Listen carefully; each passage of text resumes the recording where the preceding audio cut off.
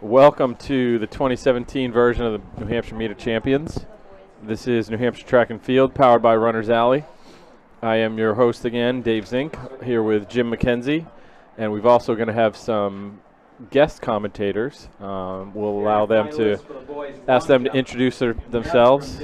I'm Kendall Lestoff. I'm a former runner for Alvern High School in Hudson, New Hampshire. And I'm Hannah Parker. I'm a former runner from Co-Brown. Today's broadcast is being brought to you by Trigger Pin, and we're already on board with the first event of the day, the girls 4x8.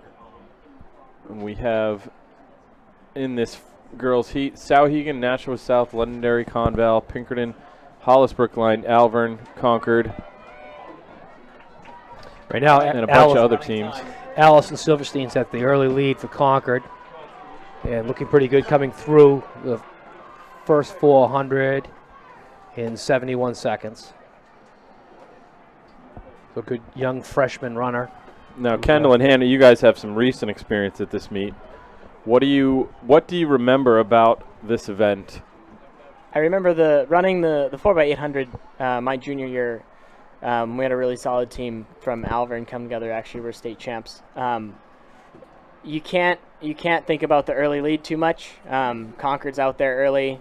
There's a lot of teams still in the mix. It looks like it's a big gap sometimes, but it's really not that much because you have so much race left. You just got to stick through it, hand the baton off, and just keep running. Yeah, you gotta make sure that you focus on you. You can't focus on everybody else at some points, and it's important to get out in this race, but it's important to also settle once you're in a good position. Hannah, you were always running anchor leg. What did you feel watching your three teammates? Were you ever worried, or were you just totally confident in their ability to put you in the right spot?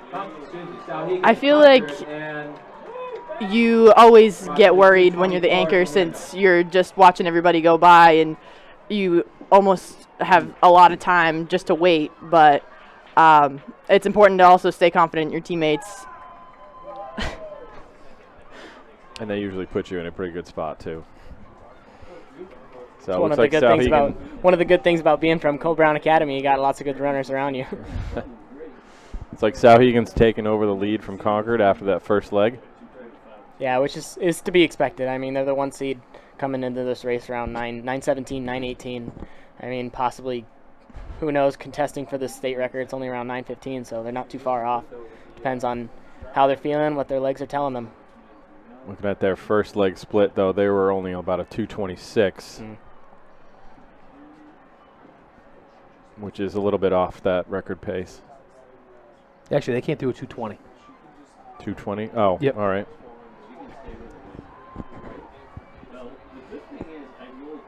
One thing that's always been interesting about the relays, especially the 4x8, a lot can change from divisionals to states because you can sub in different runners depending on, if you think you can get through to the Meet of Champions with only, your B team or half A team, half B team, you can sub in a couple of runners, freshen the team up for Meet of Champions, maybe really go after a fast time, go after that New England qualifier. Especially those bigger teams who were in the hunt for the team title last weekend. Yeah, that's the beautiful thing about the MOCs. At least last week when we were under the gun for a team title, some of those guys, have to triple, double, quadruple. But at least today you come here, there's no team score. You come in, you just do your best and put up some good times. Yeah, you don't see too much of the doubling in MOCs as much as you do in the divisional championships. In fact, I don't even see the Portsmouth 4x8 team from last week. I don't know if that means they didn't place high enough or they just decided not to run.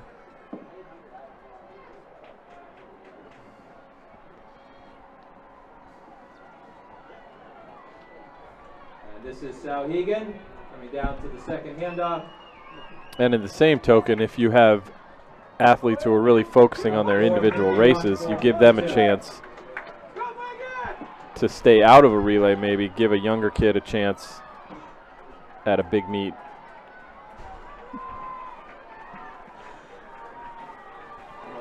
It's like Souhegan is comfortably in the lead now. 5-second lead over Concord. Concord. Concord, and is that Oyster River? Or is it South in third? South. South. Actually, South. And then Conval and Co-Brown and These are your finalists for the girls. either triple Milford or jump, Hollis including Brookline. Spalding, There's an Alvern. Maynard Alvern's from in McCutcheon, Zhang from fourth right South, now. They're, Oh, fifth. Alvern. I'm Fifth. sorry. The gold uniform is Yep. Alvern. Scooter from Wyndham, Not Choate Conval. from Okay. North, and Redmond from Bedford. Finalists. in the Conval's girls' in sixth or seventh. It looks Hollis like Brookline in looks like the sixth. top 6 teams are really starting to break away now. Newmarket girls coach, yes. They've got a leg and a half to go, trying to stretch it out from the field. Newmarket That could be our New England spots right there. report to the clerking tent. Yeah, Hollis Newmarket Brookline is right now in the girls coach last New England to the spot. clerking So tent. Merrimack and Conval got some work if they want to catch them. Hollis Brookline looks like Here are your they're making a finalists move. in the boys' Yep. discus. Spargo from Alvern, Hegarty from Londonderry. The 2 through 6 spots are all right there. It's like Kierban 3 from seconds Kingswood, separate Bunch. them. Thibault from Newport, Sullivan from Brady, Robinson from Souhegan, Orchu from Pinkerton, and Gunsky from Gostown. Those are your finalists in the boys' discus.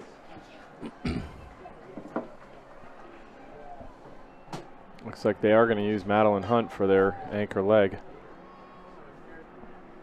It would appear they might be making a run for this record.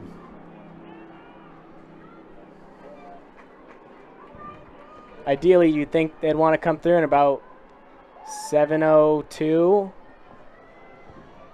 Yeah. This is going to Yeah, be half. she's- Yeah, they're a She'd ways have to off of run it a now. They'd have to sub go. 210 right now. This is Souhegan coming down to the pass to the anchor leg. Yeah, she'd have to run a 157, 7:17.91. 156. Probably not going to happen.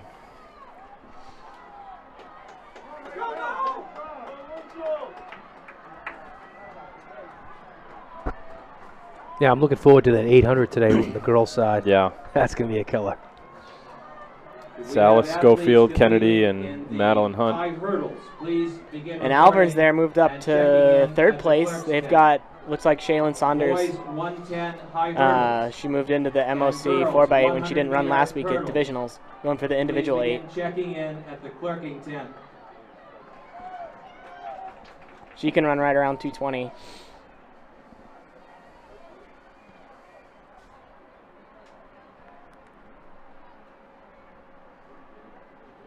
That race for second is going to be fun to watch. 3 teams right Three there. teams in it right now. Concord and Hollis aren't totally out of it yet.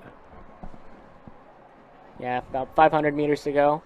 So we got 1 lap to go. Souhegan comfortably ahead, about 70 meters ahead of. I'll tell you what, I wouldn't That count out pack. Keene for placing. This girl's coming up hard. Concord's falling fast.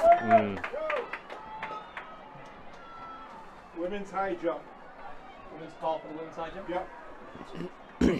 This is a call Right for now, women's Concord does have high that jump. 6th spot Check in, please. to move Women's to New high England jump, next please week. Check in over at the high jump pit. But that Conval girl is closing on her fast. Girls high jump again to the It looks high like jump it's going to pit. be Oh, that's Alvern and Conval. South. Yeah, Competing Claire for second Vaverka. now.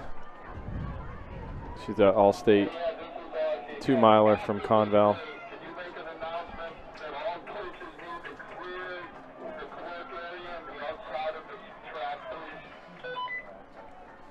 Will do. Looks like it'll be a fight between Yeah, Alvern and South. It's going to be tight.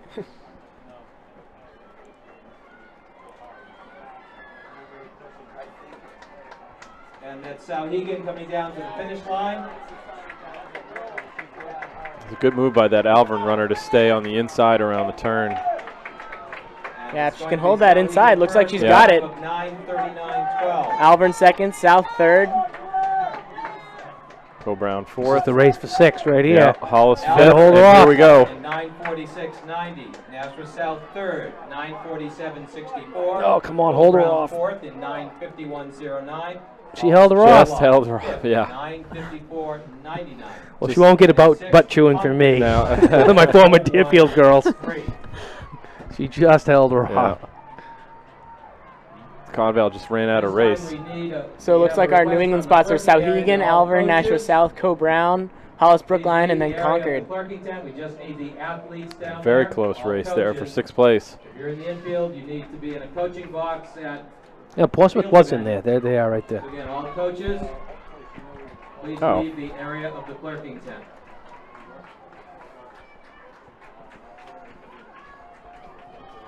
This next race is going to be quite the race, I think. 800-meter relay.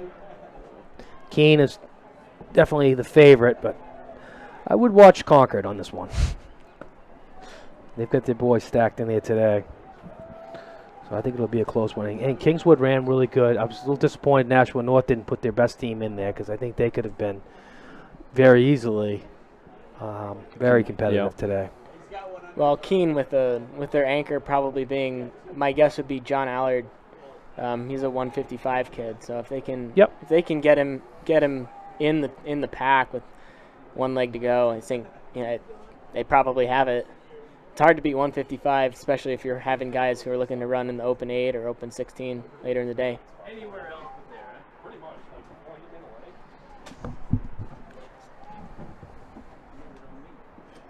And Allard's kick is, it's right up there with Bellamo and Zepp.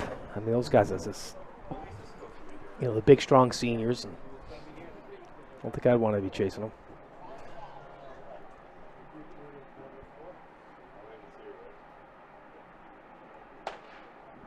In this race, we have Hanover, Trinity, Conval, Portsmouth Christian, Prospect Crowded Mountain, field. Kennett, Kearsarge, Nashua South, Bedford, Merrimack, Dover, Keene with the early Exeter, lead off the Winnicott, inside pack. Co-Brown, Merrimack Valley, Concord, Kingswood, and Keene. And once again, we need Concord's girls tucked in right 100-meter behind him. hurdles, boys 110-meter hurdles. There's Kingswood. Should be Timberlane's checking up in there. In the clerking area. All high hurdlers, girls and boys, please check in at the clerking tent. Merrimack. Surprisingly, Kingswood is as tough as they are. They put together a good race last week. They did. And the top kid, they lead off with their best runner. So Merrimack Valley in 5th behind Kingswood, Keene, Concord, and Merrimack. Winnicott and Co-Brown.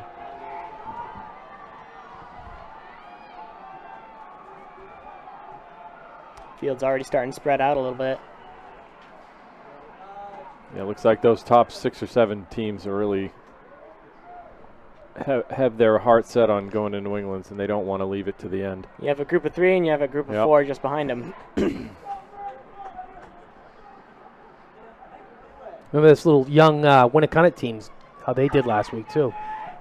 They going to be an up-and-coming team in the future.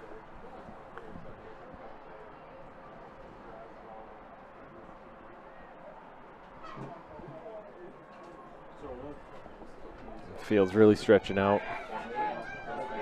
Almost 100 meters between first and last place team after only 3/4 of a lap. There's a fight up front, Concord and Kingswood. And that's Kingswood. Wow. About 2:03 at the handoff. That's Kingswood in the lead. So top 6 teams have really pulled ahead now. We've got a 3-way battle in the front and a 3-way battle for 4th.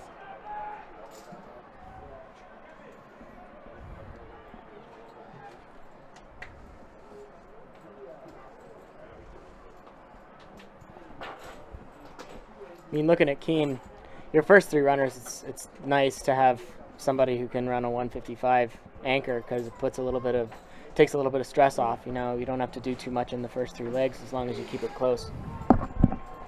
So this looks like Andrew Derry from Keene, who's probably also running the 3200 later today. Yes, we want to force him to go real hard.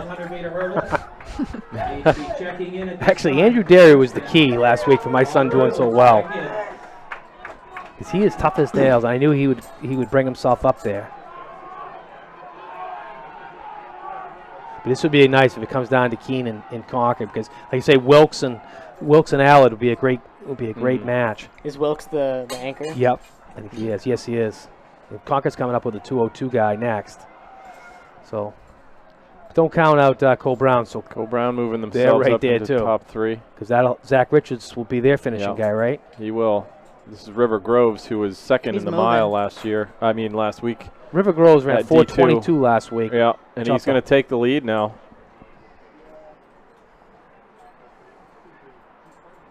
He was the unsung hero last week. He was a surprise in that mile for sure. And he had a great 4x4 as well. That was a great move by him. Yeah, he just blew right by him. And he needs a lead because DeLuca's not the fastest of fast. He's solid, but he's just got to hold the fort down. 4:05. And you saw what he did, just going with 300 to go, close that gap up real quick. Yep. All of a sudden, it's a group of 3 again instead of a group of 2. Yep. And now they've pulled out halfway through the race.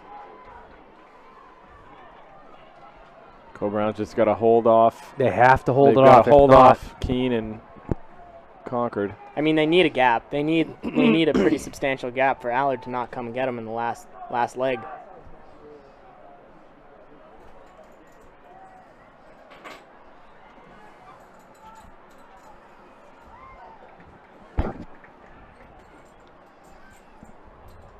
Oh, he's coming for him. He's closing, yeah. He's got to stay right near him if he wants to keep this. Can't give up any more than that. And Merrimack Valley's got no slouch for their last guy. There's another guy who's just strong. He's a Dylan Gennard. Yeah. Yep. He runs the race that he's in. Right. This is a call for men's shot put. And they're all tightening up here. Yep. Kingswood's really fallen off after that first leg. They've dropped all the way back to 6th, and they might be caught by this Dover team.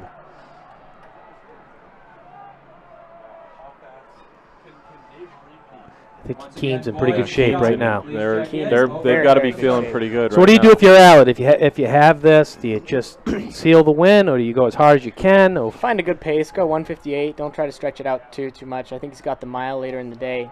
So, I mean, don't do more than you have to. Oh, he's actually only in the 800 coming back. Yeah, he skipped the mile. Right. He ran the mile last week. He's got the 800 later today. So, I mean, if I'm Allard, I'm trying to run 158, and if somebody's pushing me, I'll push it to 156, 157 if I need to. Allard's the kind of guy, he'll run 155 in the open 8, but if his relay team needs him to, he'll run 154 in the relay leg. But I don't think he'll have to do that today. He looks pretty comfortable out there. These teams behind him are going to have to work very, very hard to go catch Allard.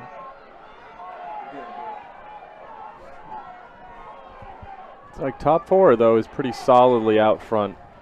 Winnicott would have to run a miracle to catch any of those teams. Allard's waiting for him to come up. Yeah, I think he's just running fast enough.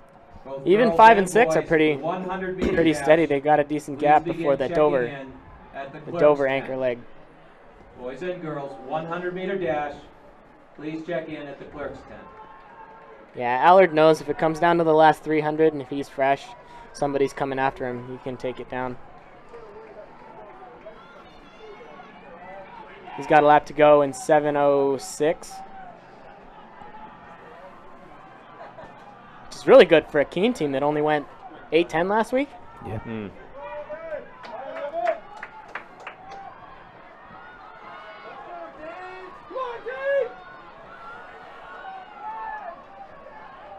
Well, the top 4 have not changed position at all since their anchors took the baton.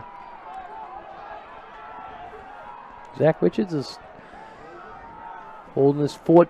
He's holding it down. Well, You can see Allard take the peak. Took the look over his shoulder. Oh, no. Wilkes is falling Cole Brown off is a little moving bit. right now. Yeah, Zach's Wilkes is moving working up. hard. And with He's not 100 too meters to far. go, it's Keene followed by Cole Brown.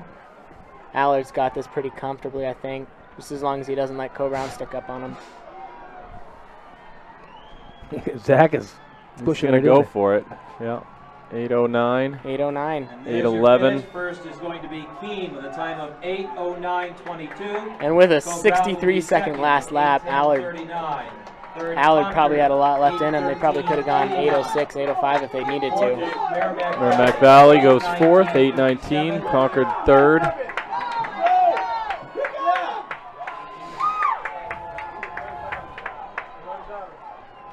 I'm wondering if Allard's going to be in the fast heat of the 800. He was like hanging right there around 8 or 9. I wanted to see him and Bellamo go at it. Because Bellamo will be a little bit tired after the mile, too. It's ideal. It's ideal to get them both in the fast heat, but as we saw a couple years ago, Winnicott in fifth with 8:22, and Kingswood manages to hold off Dover. 8:22 for sixth place. you'll see some fast times out of the slow heat of the 800. You can run a fast 800 by yourself, but once you get to the mile, it gets really hard carrying the load all by your lonesome. Please do so immediately at the clerk's tent. I believe Sean Munley won Meet of Champions 2 or 3 years ago with a 153 out of the slow heat. Right. I know Alex Hall and He was Paulson one of won those it. kids who was tripling up at his state meet. Only running too flat. Did exactly what he needed to do to win, Right. right? He wasn't trying to run a fast time. And if you're the kind of runner who doesn't like a lot of traffic in the 800, sometimes it's almost good. You can get out there, run your own race, just hit your splits. If you're looking for 28s, 29s, just get those. Next up on the track, we'll have the boys 110 hurdle trials. Remember last week what happened? Yeah. 100. Well, I'm sure that Billy Powers is got that plastered in his brain, not to let that happen again. And because he's run under the state meet qualifying, he is actually able to petition into this week's meet, having finished in a very slow time last week, crashing through the hurdles. Well, it's because of the new Meet of Champions qualifying rules, I believe. You can take times out of the season, the regular season, rather than just the There have divisional always meets. been automatic qualifying times, but you're right. The advancement to the Meet of Champions is new, the second year now.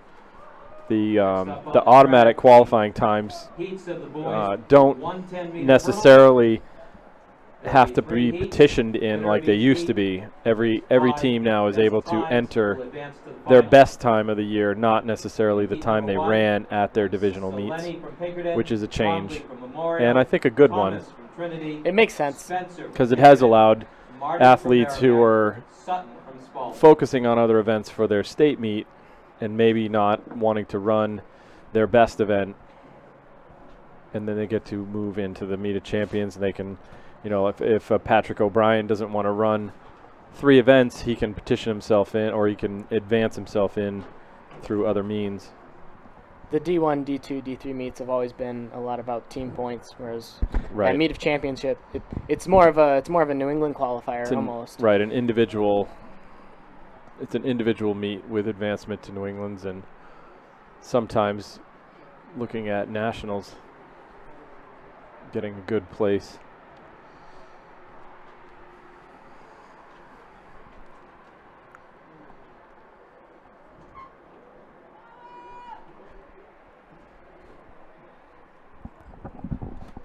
Looks like you're having a little bit of hurdle issues.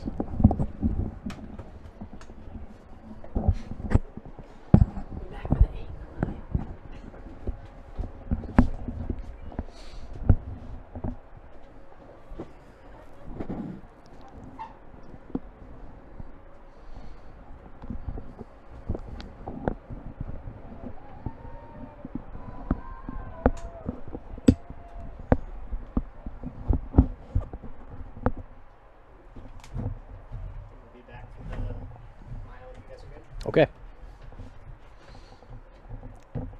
It's nice to have some more recent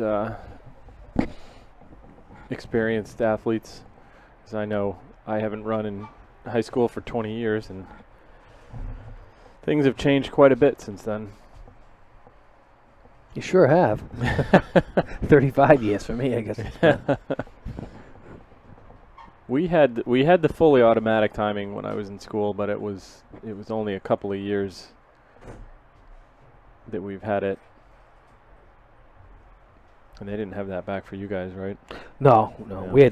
We still ran on a lot of cinder tracks, believe it or not. Yeah. There was only a few tracks like Winnicott and Salem, and they were regular, nice tracks. For most of those years, it was the Meet of Champions was at Spalding High School because they were the only ones who had the camera system for many years. And in heat number 1. It's Thomas Oliver. Oliver Thomas from Manchester Trinity.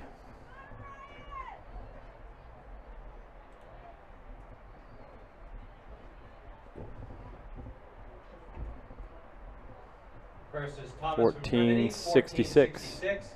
Second, Spencer from Pinkerton, 1490. Third, Martin from Merrimack, 1557. Fourth is Trombley from Memorial, 1586. Fifth is Got a Sutton, chance to look at that. 1612. Sixth, Selene from Pinkerton, 1613. Coming up in Heat 2, Maraska from Epping, Vanderslice from Exeter, Powers from Winnicott, Rogers from Pinkerton, Fletcher from Co-Brown, Berry from Alburn. Could you ask Rick, is there any way he could give us a heat sheet? I don't have contact. This is to the clerk. Oh, that's the clerk. They do a high for the boys.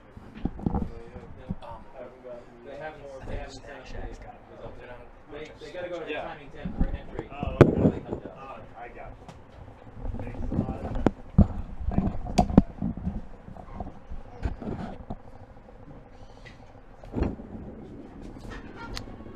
The next heat on the track, Maraska from Epping, Vanderslice from Exeter, Powers from Winnicott, Rogers from Pinkerton, Clahar from Co-Brown, and Barry from Alvern.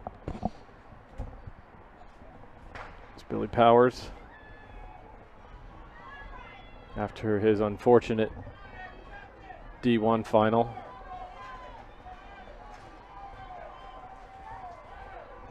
And that's Powers from Winnicott. No, and he's not going to leave any question about who the best hurdler is. He's across the line first in 14:11. 14.11. Second is Vanderslice from Exeter, 15:55. Third is Rogers from Pinkerton, 15:75. Fourth is Barry from Alburn, 15:81. Fifth is Maraska from Epping, 16:04. Sixth is Clatcher, Co-Brown, 16:51. Coming up in Heat 3, Gosselin from Alburn, Allman from Belmont, Lewis from South, Bayless from Merrimack Valley, Kapongo from Portsmouth Christian, Inglesby from Prospect Mountain. In this heat, we have Gosselin of Alvern, Allman from Belmont, Lewis from Nashua South, Bayless from Merrimack Valley, Kapongo from Portsmouth Christian, and Inglesby from Prospect Mountain.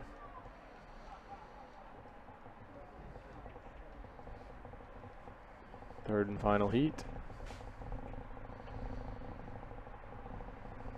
And they'll be advancing the heat winner plus the next three best times. Excuse me, next five best times, making it to the finals.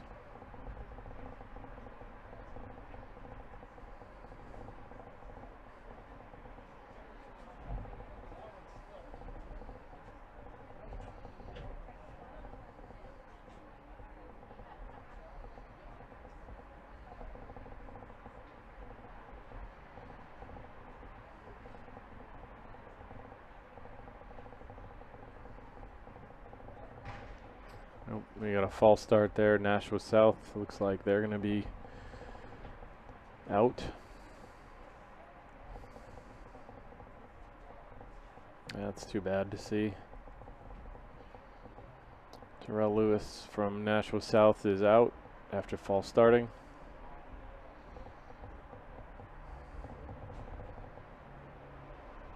In high school, it's one and done. One false start and you're out.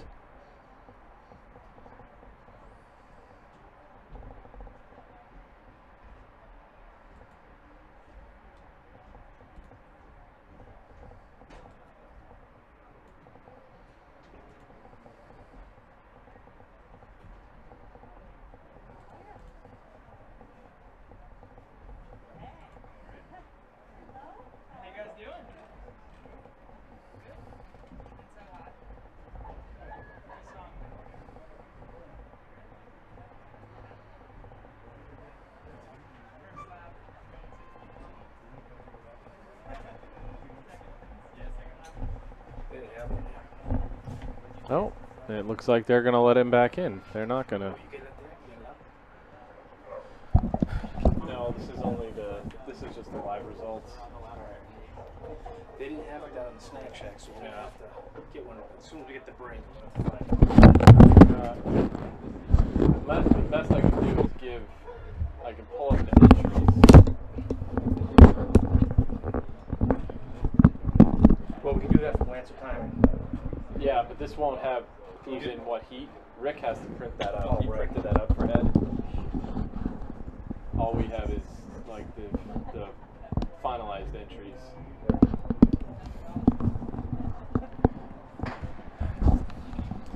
And they're going to restart. Terrell Lewis is not going to be DQ'd. They're going to bring him back out, which is good for him because he's the top seed in this heat. And in heat number 1481. it's going to be Lewis from Nashville South in 1480. Second is Bayless, Merrimack Valley, 1531. In third is Allman. Bayless in from Belmont, second, Allman 1582. third. Fourth, Gosselin from Elburn in 1606. Are the heats coming up when we? In fifth is Kapungo. They are. We are able to see the preview of the Yep. heat. All right. Inglesby from Prospect So, Mountain, Which is not that last week's time. 1663. right. The seated times. All right, so we'll have to get It that. won't have their Next out will be times. The girls 100-meter trials. There will be 3 heats. Winner of each heat, and the next 5 best times will advance to And the we're just going to finals. wait for them to move the hurdles for the girls. So Billy Powers 14-1 in his prelim heat. So He's primed and ready. he's ready. Unfortunately, we won't know wind speeds until the results become final. Right. We're just discussing the wind speeds. We won't know them until they become final for state records.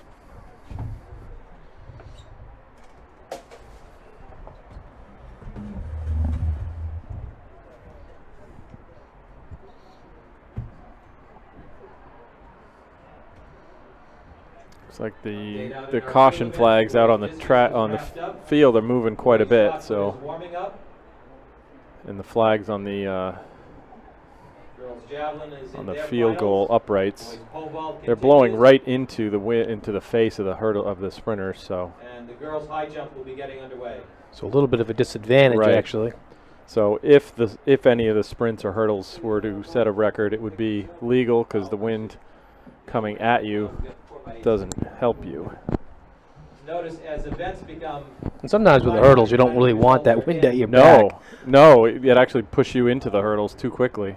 placers, top 6 placers may pick up their awards here in the press box. But certainly running into the wind is not So awards a for help all in any events, way, placing top 6. Be given out unless up you're a here discus in the thrower. In press that case, box. it could. Thank you.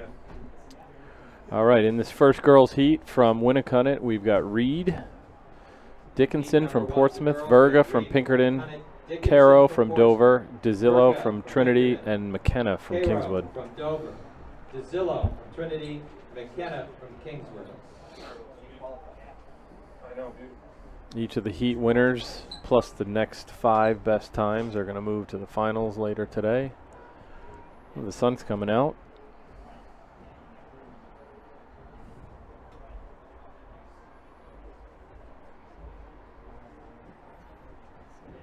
But another nice day. It's not Yeah. overly hot. No, Just a little bit of wind, and that'll die down as the day goes on, I'm sure. That's the Yep. beauty of having afternoon races usually. low 7 is about 71, 72. So temperature-wise, it's not bad. So we're negative 0.3 on the wind. That means that the wind is actually coming in your face. In their face, yep. So any records that would be today would hold. Yep. So that's kind of nice. Not for the triple jump, though. Unfortunately, it's at their back.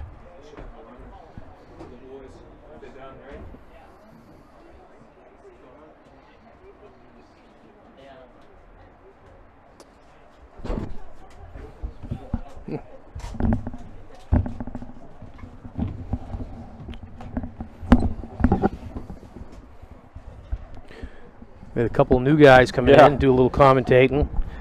We had been told they weren't going to be available today, but Cam Daly and Dom Rapucci are both here with us.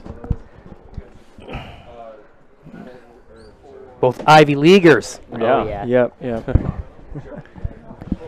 And both experts in the hurdles, we might add, too. Oh, 100%. I've run it once when we're off.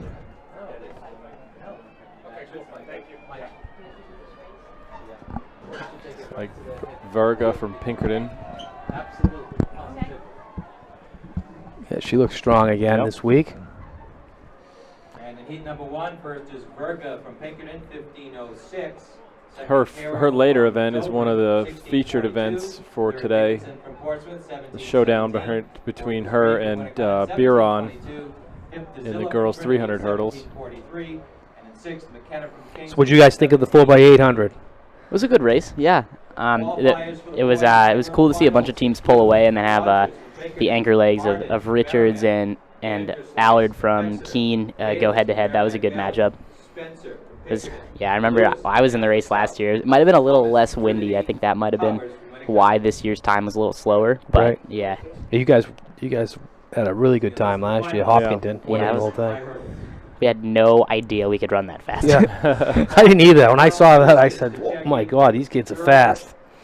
Well, and ironic because being at Winnicott, you'd expect there's almost always wind on the coast, and I do remember that it was very hot, but Yeah. totally no wind at all that day. Was you running like 8:02? Yeah, I think it was 8:02. Yeah. Yeah, that's. We had our first Aaron Dobe actually. He ended up walking onto the UNH team this year, and he's run pretty well for them so far. Is his father Dennis Dope? Yeah. So he ran with me at UNH. Oh really? Yeah. Yeah. And he was a great 800 meter runner. He kept trying to get Aaron to take it a little more seriously in high school, and he finally put it together his senior year and just decided to run UNH. It's great. Huh. I was always wondering if there was a relationship there. Our next heat up on the track, the girls' second heat, Longo from St. Thomas, Theisner from Keene, Nichols from Bishop Girton, McCool from Bedford, Clooney from Spalding, and Chatigny from Kingswood.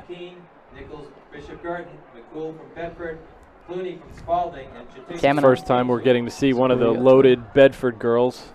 Wow. That loaded team they have.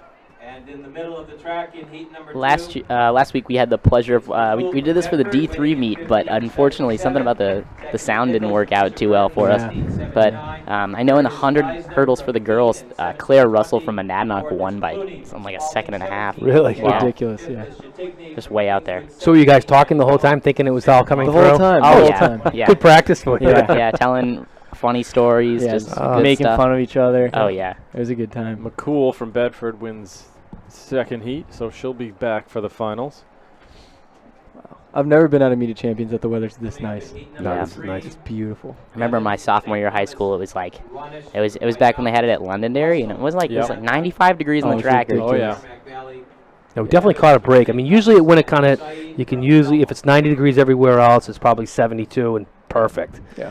But when I saw it listed for Merrimack earlier in the year, I'm like, oh God, I hope so. I hope it's nice, because this is probably the finest facility in the state right now. I would say it's right up there, anyways.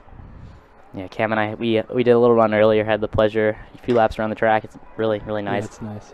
In this heat, we've got Bevins from St. Thomas, Ronish from White Mountain, Russell from Monadnock, Claire Russell, Koval from Merrimack Valley, Bevins from St. Thomas, and Syed from Belmont. And Claire Russell wins that heat easily. So how'd your freshman seasons go? I'll let Cam start. You wanna? It went well, yeah.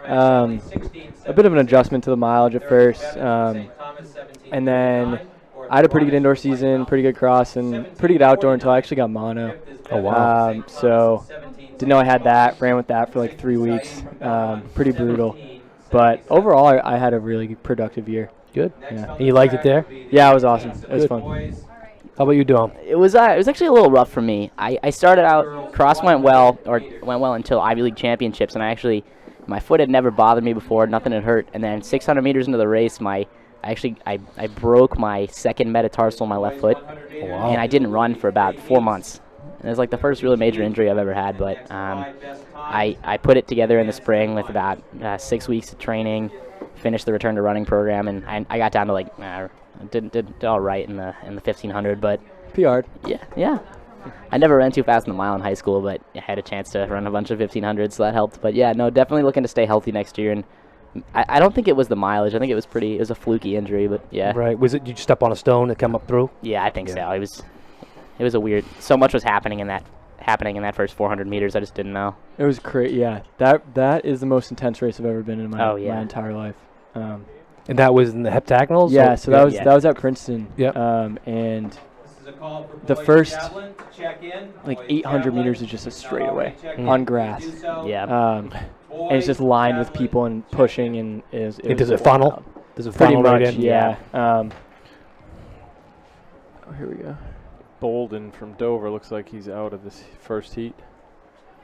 Romulus Fernandez and I can't pronounce his name. I screwed that up at the Merrimack invite too. It's Rumwick from Pinkerton. Second Fernandez, Pinkerton, 11:38. Might have a little bit of a tailwind. Romulus. 11:71. Fourth Bushnell from Bow, 11:71. Bolden. Yeah, we had a .3 negative earlier. Yeah. It was blowing down the track Blowing into their face. Now, when you look at the flag out there on the goalpost, it's coming back. But it's when you look at the flag, swirling. It's swirling. Yeah, it's not a consistent wind. It's changing. But surprisingly, this track blocks a lot of the wind compared to some of the other ones. National North, I mean, if it's a northwest wind, like a it wind just tunnel. rips. Manning, It seems like there's trees up all around, so that could help. What would you rather have, wind or heat? Oh man, I don't know. I think I might rather have the wind. You would. Yeah. See, I'd expect you to say heat. Really? You're like it's smaller. Yeah, well that helps because for guys like you can't draft off of me, but I can draft off of draft you. off anyone. Right. Yeah. But like, yeah, I don't know. I mean, with heat, I'm so much bigger than some of the guys that like heat just does not do well for me. Right. Like you're able to deal with it a lot better, you'd think. Yeah, I've been able to sort of handle it in the past. When I was younger, I liked the heat, but in a race where there was a lot of good runners, I would rather have that wind. So Me too. you could tuck in and draft to a kick. Seeing Buccieri and Boganum. It's like Ryan Sullivan is not going to run the 100 either. Who won that? That was Boganum. Sanborn, 11:49. Buccieri. What are you guys looking forward to? What event today? I'm actually, well, of course, my son's in the 3200. That's gonna be a good race. Yeah. Yeah, I mean, Patrick Girls Bryan's 800 should be a definitely- great race But to watch. probably the girls 800. And I'm going to go out on a limb, and I'm going to say Corinne Kennedy is going to surprise them all. I remember watching. I just had flicked on the New Balance Nationals live stream last year, and I watched her race in the 400 because I just realized she was on the track. And what did she run? Like 55 something? Yeah, Ridiculous. She's tough. She's also her best competition arguably is Leia Salas, right? Yes, Salas, is Hunt, she and- racing? Is Christy Schofield racing? Schofield is racing too. Yeah. Because Salas ran the Dream Mile last night. Yeah, 440. Yeah, 4:45. 445 converted to a Something like that. 443. Yeah, So that's from 16 that's fast. So Well, that girl's 800. That'd be a should lot to ask for her to go 2 nights back to back. For her to like come that. back, yeah. And that was But- at like 7 o'clock last night. Yeah. In Boston or something. the boys 400. I'd like to see someone go under 48. Right. You know, Woodman and He Eaton. came out of nowhere. Yeah. The Pinkerton kid. When you watch him, he'll run 300, and when he hits about where the flag is over there, you will see a kid change gears like no other kid. And he's just got the wheels. But Eaton's no joke. Yeah. Yeah, no joke. Here we are in Heat 3. Final qualifying heat. This looks like Antonio from Middle of the track, that's Winnicott. Antonio from Winnicott. And he wins the heat in 11:27. 11:27. So like last year in the distance runs, I would say there was quite a few elite. Both of you guys were definitely elite. 11:53. And there was probably like 6 or 7 guys. This year, the way I look at it, you got Patrick O'Brien, Bellamo, Allard, and then the rest. It's a young, it's a young crew, but they're good. There's a lot of Yeah, young, it's good guys. It's a good look. It's kind of how it was when it was like Eli was junior, we were sophomores, and everyone was young, and then like the next year we were all. It was really really fast times, but yeah, It's kind of fun to watch. It is, yeah. cool to see who's gonna be the next top dog. Well, you guys must be excited to have Patrick come into your school next year. Absolutely. I know we're so excited. We got to make sure we're all in better shape than he is when he shows up because 902 is no joke. Again, winner of each heat, plus next I hope 5 so. best times advance. Sound working today? Oh yeah. What's up, Tim? Yeah. Last week at the D3 meet, it came right down to the end. It Yeah, was it was a 4x4. Yeah, I think if Belmont won and Monadnock got less than third, they would actually lose the meet. We're kind of lucky the people watching it didn't hear us try and do that math. Yeah, no, we were. Yeah, we were in the same predicament with Trinity and Cole Brown in the D2 meet. And, it just came down to coaching at that point. Tim Cox is in the booth right now. Oh, yeah. Throwing a little dirt around here. Harassing. Yeah. Cam was throwing some dirt on me last week. from But Nashua South is going to win the first girls 100 trials. Third is Mom White from Portsmouth, 13-16. Now, I've seen already 4 empty heats in these trials, Fifth was Drew Conant, 13-85. which is surprising that many athletes would be choosing not to run, Right. especially after their coaches had to enter them because the new advancement. right. You don't automatically move. Is there a anymore. penalty for not racing? No, there's no penalty. There's no scratch rule for the meeted champions. But it's just surprising that their coaches actually have to enter them in the meet. Yeah. It's not like last year was the same way. But prior to that, the top 5, 4, and 3 were all advanced automatically. Right. And the coaches had to scratch them in order to let somebody else in. And oftentimes they didn't. They would just, they wouldn't do anything and they'd move them up and you'd see like 12 kids in the 100 because they didn't want to run. Whereas now, the coaches actually have to enter them. So when you see empty lanes, it's kind of frustrating. It's a bad case of senioritis going around. Yeah. Yeah. But it is too bad because there's young up-and-coming kids that would have definitely filled those because they would have slots. taken the next spot. Unlike unlike the old method where they would not advance people. Because of this new system, you can advance anybody who's entered. Yeah, you had to scratch at our division meet too. Right. When I was like a freshman. Right. Yeah. Yep. Remember that. And Remember, I was really worried. can't tell you the number of times where a coach wouldn't do that, and they wouldn't bother scratching, but the kid they knew wasn't going to run next week. Yeah. And that was really the motivation behind the new system. More people with To opportunities. get full fields, so there's 18, Right. 18 kids in every event.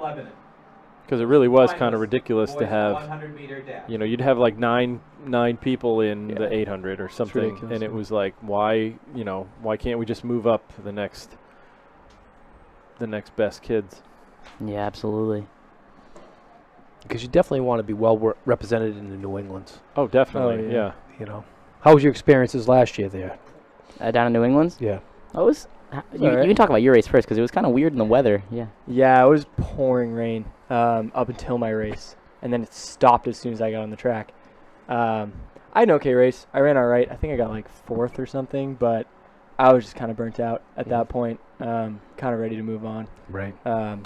It's a long season, no matter how you do it. Yeah, especially Heat number 3. I was a bit frustrated. I got beat the weekend before. I was kind of mad about that. Oh, yeah. And I wish that I had run, up or down either event. First is Borg from Nashua South in 12. So Melly Borg winning that second heat. How about that race, though? In that race, I saw something. Alex Avila run man. out of his body for basically Oh, yeah. 1,550 meters. And he ended up in finishing in lane 4. just Yeah, crawling right. down the last. Oh man. He was on 4:13 pace with you guys. You guys ran like 4:12. I ran like 4:10. 4:13. Yeah, and he ends up running a 4:33. But you talk about putting everything Absolutely. that he had into that race. I've seen that kid do that so many times. He's tough. He bonked. Yeah. That would have been a great commercial. Oh, yeah, for yeah, bonking. yeah. I've seen him Absolutely. come across the line in cross country races and just collapse. Right. He's a tough kid. Absolutely. We actually watched. I think was he there? I think he was at my house the next morning. Right. Um, We played basketball that night. Yeah, we my played God. pickup basketball. Dom is one of the worst basketball Okay, players I've okay. ever seen. But a bunch of us hung out that night actually, and I slept in the same bed as Kimball, who just beat me.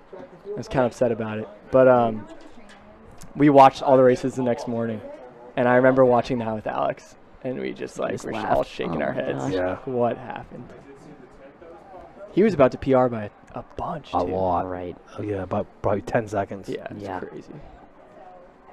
That was a fun race. I mean, I've seen it happen in the 800 where guys have stolen races. I mean, absolutely stolen. Everybody just laughs and jokes, says, yeah, let them go. And next thing you know, you can't catch back up. I think people kind of did that when Sean. You remember Sean Munnelly? Oh, yeah. We were talking about that earlier. But he wasn't an unknown. People No. knew he was, Right. he was I mean, good. about by his junior he had year. won the 2 years prior. Right. And that was more due to his divisional meet when he knew exactly what he had to do to win it, and that's all he wanted yeah. to do. That year, that was his senior year. He ran the 4.8 double with Right. along with one of my Yeah, that teammates, was- who's now Dom's teammate. That was But painful. I want to watch. say, didn't he go to New England's and do basically the same thing? He won New England's out of a slower heat. Maybe his No, junior year, he- maybe. no. His junior year, he ran 1:53.02 at New England's got beat. with They get second. Isaiah Okay, Harris second. after All going right. out in 59. Yeah. So you can do the negative split math on that. Yeah. And Isaiah Harris has now run what? 145. Yeah. Fifth at the Olympic trials. Well, Munnelly finally went under 150 yeah. this year. So 2 weeks, a couple 3 weeks ago. maybe. Yeah. He's been running well. He won the what's his conference? America East. America yeah. East. He won his America East title. That's like Lowell, UNH, those teams. UMBC. Yeah. Where's New England's this year? Norwell, Mass. Yeah. Okay. We'll be there. It's where it should have been Oh, last year, but then they moved it last minute because something wasn't completed at the site. I don't remember what the full story was. We had Chuck Martin in here last week when we were. Well, actually, it was me, right? I was doing the commentating with him. Yep. So he's the coach of Norwell. Great guy. And he's all set and psyched to Yeah, do actually, it. we're borrowing a bunch of his equipment today. Two of these headsets are his. A little plug for him. So you got a little break. So want to take the break? Yeah, we got looks like we got about a 15-minute break before we come back with the finals. So we'll leave you with the NewHampshireTrackandField.com, powered by Runners Alley, from the 2017 Meet of Champions. Today's broadcast being brought to you by Triggerpin, and we'll be back in about 15 minutes.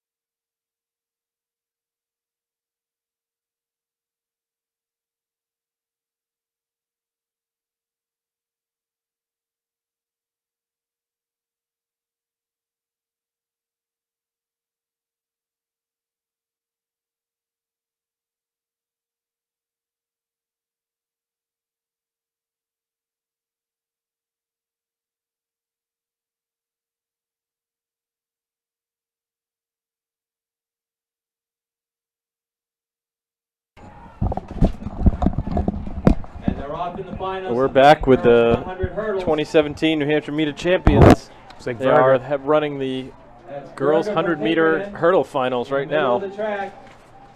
And that's going to be Maria Verga from Pinkerton. And it is Maria Berger from Pinkerton winning in 14.96.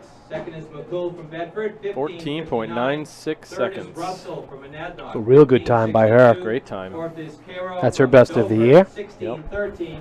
Fifth, Povil from Better Merrimack than Valley, the 16.40. 15.25 of Dickinson from Portsmouth, Corinne Kennedy's from last year. Yep. So she definitely rose up to the challenge. Do you want to say? No, it's fine. I'm Okay. still pretty antsy. I've run a while. Once again, we continue to need the 1,600-meter competitors. Next For will be girls the and boys' will be checking in at the 110 clerk hurdle stand. finals. 1,600 meters, checking in. In lane 1, Jacob Martin from Merrimack. Lane 2, Joey Bayless from Merrimack Valley. Lane 3, Terrell Lewis from Nashua South. Lane 4, Billy Powers from Next up, as Winnicott. they reset their hurdles, Number we 5, got Oliver boys Thomas final. from Trinity. Lane Lane 1 will 6, be Adam Martin Spencer from Merrimack. Pinkerton. Lane Two, 7, Bayless James from Vanderslice Merrimack from Valley. Exeter. Lane 3, And in Lewis lane from 8, Nashua Evan South. Rogers from Lane Pinkerton. 4, Powers from Winnicott. So hopefully Billy Powers will make it past the first hurdle, though. Yes, that's the hope. We'd really like to see him get the state record today.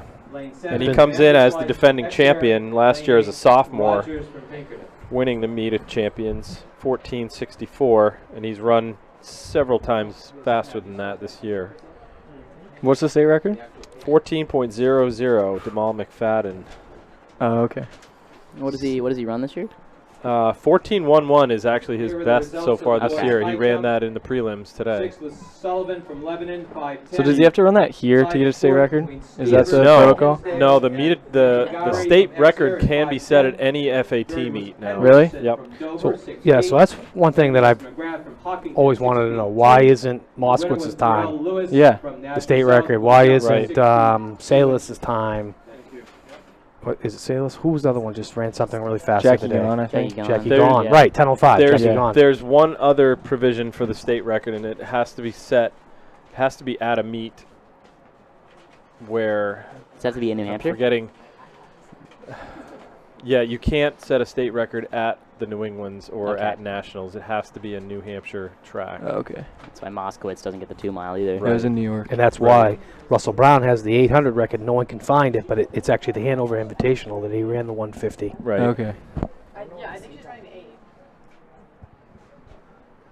See what they get going here on the 100 hurdles, 110 for the boys.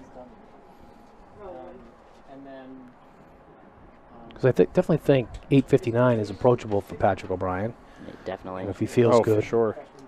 8:44 It's ridiculous. that's fast. What's Remember, crazy is We I'm watched at that point. race together, and we were just in shock the entire time. I watched on my computer and I FaceTimed Dom while I watched it. Yeah. I remember the crazy part about that was that only one person in the only 2 of us could actually run that for a mile. Guns up. Starting that. So we're looking at the listing right now, and now it has 8:44. It's Eli Right. Moskowitz. But on here. Jackie Gahn ran faster than that at Trenton Lauk's 5. games. Maybe Right. and maybe they they'll don't wait take to, that? I don't get it. Yeah, maybe Yeah. they'll wait to update it. Oh. Who knows? How about the Memorial 4x100? No, Is that that's still not. still- It's still not right. It still has Bedford's 42.86. Might just be an end of the year. Yeah, it might be an end of the year thing. all right. They're off. They're off. Powers looks Well, he's being got over challenged. the first hurdle. This will be good. This could be a state record if he's challenged. That's Oliver Thomas. And that's Billy Powers in the middle of the track. Clip that last Oh. hurdle just a little bit. To wait on the 14. official time. Wow. 07. 14.07 Just missing. seconds. Just Powers missed. winning Wow. that. Second is Thomas from Trinity and 14. But he is 0.07. only a junior, Third is so Lewis he's got from another wow. year to South come back and 14.93. take that. Fourth is Bayless from Merrimack Valley, 15.02. Is Wood here today? Fifth is Spencer. Remember what happened to him last No, week? I don't believe he's competing today. Sixth is Rogers from Pinkerton, 15.27. He wasn't entered in the 100 hurdles, and he didn't finish the 300 hurdles in a fast enough time. Oh yeah. Yeah, he's not entered And in he the was, 300s.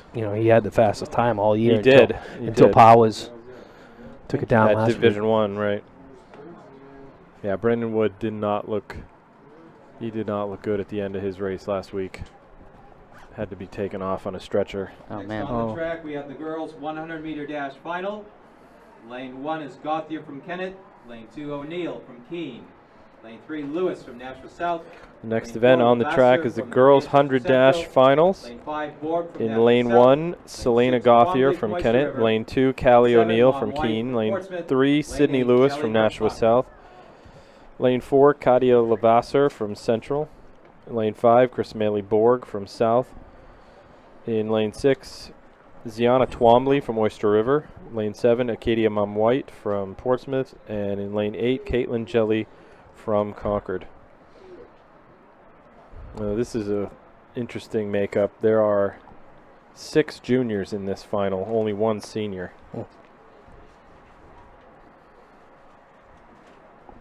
Hannah Parker, would you like to come in here and talk a little bit about this 100? I'd love to.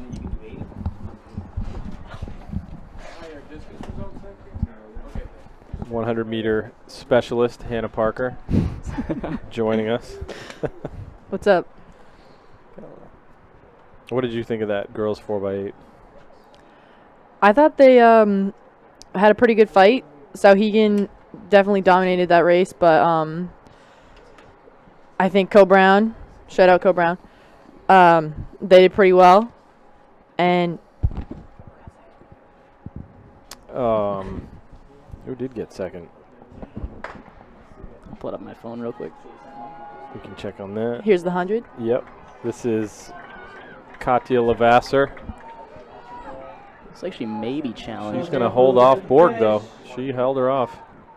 But it does look like it is Katia Lavasser from Central. 12:58. 12:58. Second is Borg from Nashua South, 12:67. Borg second. Third is It's Lewis actually from Alvern Nashua South with second 13:01. in the girls 4x8. Fourth is Yeah. Twombly, Okay. Moisture River, 13:02. Fifth is Mom White from Portsmouth, 13:15.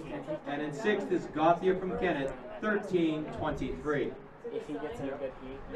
Were you surprised, Hannah, that Sauhegan wasn't able to get closer to that Next up, state the boys record? 100 finals. I was a little Lane 1 surprised. is Milliken from Lebanon. Yeah, it Lane seemed like 2, Jenkins they were from moving, North. so, Lane 3, Bogadum but there's from still a chance in New Sanborn. England's. Lane So That's 4, true, that is Rumwick true. from Pinkerton. Lane 5, Antonio from That's where their Winnipeg. boys team set the state Fernandez record in the from 4x8. Lane Okay. 7, New Jerry England's from Pinkerton. Lane 8, 7 Connors from Wyndham. 7:47, I think they ran. When was that? A few years ago? Oh, 3, 4 years yeah, ago? probably 2013, 2014.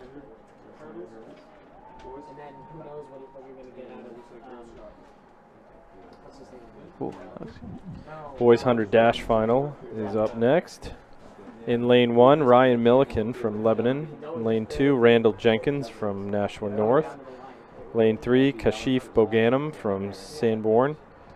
Lane 4, Jaden Rimwick from Pinkerton. Lane 5, Philip Antonio from Winnicott. Lane 6, Eduardo Fernandez from Pinkerton. Lane 7, Nico Buccieri from Pinkerton. And in lane 8, Jack Connors from Wyndham. That's Jaden Rimwick. In the middle of the track, that's Running Rumwick really from well. Pinkerton. whew, 10. that was good. And that's Jaden Rumwick, 10.92. 10.92. Second is Antonio from Winnicott at Great 11.10. Third is Jenkins from Nashua North, 11.23. And fourth is Boganum from Sanborn. Pretty impressive 11.24. that Pinkerton was able to get 3 boys into the finals at Meet of Champions in the 100 dash. Fifth is Milliken. Got to from think Lebanon, their 4x1 team 11.37. would be pretty And good. in sixth Oh, is yeah. Connors from Wyndham in 11.44. That was them who set the state record last week? Finalists for the boys shot put. Pinkerton? Roper from Or the Lebanon. Division one? Well, Memorial has the current state record they set last year. I don't know if anybody Newfound, beat it. DeFlorio I know they from Mitchell Lakes, Allen from Nashua North. Oh, that was a 4x4. Yeah, Sorry. BC yeah. That's my from bad. Pinkerton, Haggerty from Londonderry, Boucher from Milford. Those are boys shot put finalists. So that should wrap up the That is the, hundreds. yep. Sprints are in the books, and now we've got the girls 1600 on the track. 2 heats, right? 2 heats, yes. Who's Heat favorite to win 1, this? Rebecca Durham comes in as the top seed, but Carolyn Fisher from Lining up is the first Bishop of two Girton sections and of Brittany the girls Johnson from 1600 Pinkerton are heat. both in the race, and you have to consider them as well. But in this first heat of 2, The heats are going to run slow to fast today, so this is the slower of the two heats. Ciara April from Pinkerton, Maya Doobie from Kearsarge, Kaylin Gregoire from Londonderry, Sammy Molinari from Campbell, Peyton Giles from White Mountains, Kay Partridge from Hollis Brookline, Kelly Foley from Exeter, Grace Corbett from Merrimack, and Isabel Fluetti from Keene. 33 feet 6.5 inches. Fifth is So the second heat comes in with very, very close seed times, 5:22 to 5:28. 35 feet 11.5 inches. Last week we saw Maya Doobie wait until the very last 200 and made a strong move and just won the race. Wow. 36 feet It looked like it was going to be Peyton Giles from the White Mountains till probably 100 to go. Mm-hmm. 1.5 inches. And so, yeah, she beat her by just over a second. Yeah. Really strong kick in that last 200. Oh, wait, no. Sammy Molinari got second. Okay. So they were all within a second of each other, so Yeah, it was close. tight race. April from Pinkerton. So this is Ciara April out front. 76 mid on that. 76.79 at the opening 400 meters. So with such a tight pack, what do you do? Do you just sit with the pack, or do you, like April, go Rogers from Pinkerton. just give it everything you got? Spencer from Pinkerton. I would say because of the wind, let her go and see if she comes back at the end. South. Second was Thomas from Trinity. The winner with a time of 14:11. 14:07, excuse me. It's still too early to tell if she's going to stay away or not. Winning time of 14.07 seconds was Billy Powers from Winnicott. It's like only 7 girls on the track, so a couple of last-minute scratches.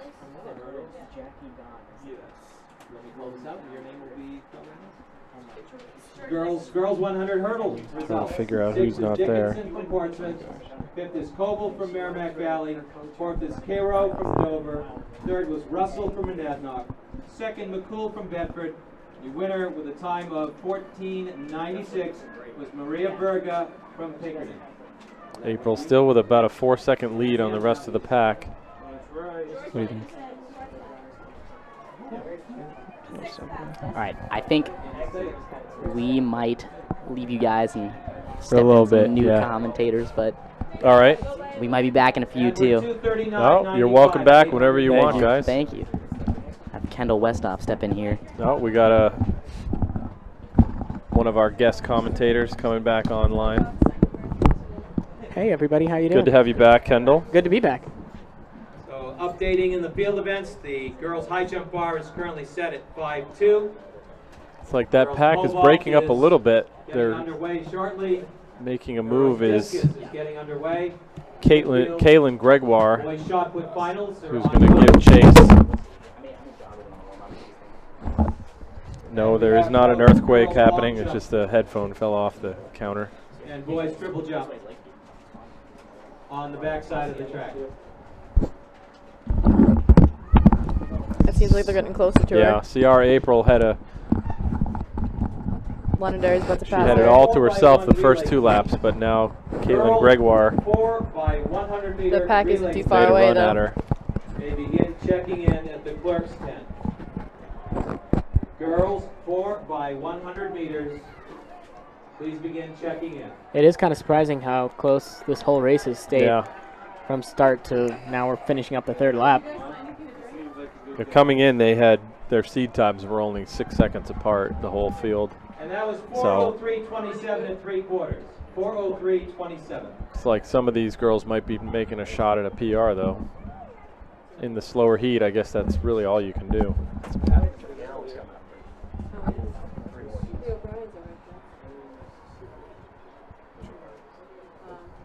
Maybe sneak a. Well, 6th place coming in is 4:17. Excuse me, 5:17, not 4:17. How many girls do they have seated in the fast heat?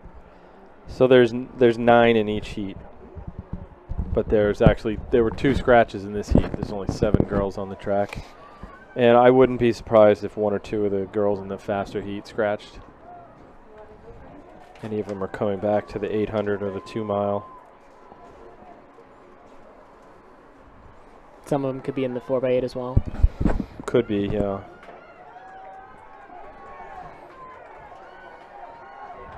Actually, Brittany Johnson is listed on both the 8 and the 16. She's in the next heat. And coming to the tape, That's Kaylin Gregoire. that's Kaylin Gregoire from Londonderry. A time of 5:21.14. 2-second Second is PR Gibby for her. Kearsarge. Well, assuming last week was her Third is Molinari from best race Campbell, of the season. 5:24.65. Fourth is Foley from Exeter, 5:26.22. Fifth is Giles from White Mountains, 5:27.70. And in sixth is So this should be a good battle right Yeah. here. a time of 5:28.65. Fisher, Yeah, she's we've got, she's fresh. Durham Fisher. There is Brittany Johnson. She is in this. Trummel from Hanover. Section 2, girls 16. Rebecca Durham last week had probably one of the best races against Yeah, Madeline she Hunt was. when she She came was out. like your performer of the meet last week. Yep. I didn't think she could hold her off, and boy, Yeah, she she did. She did.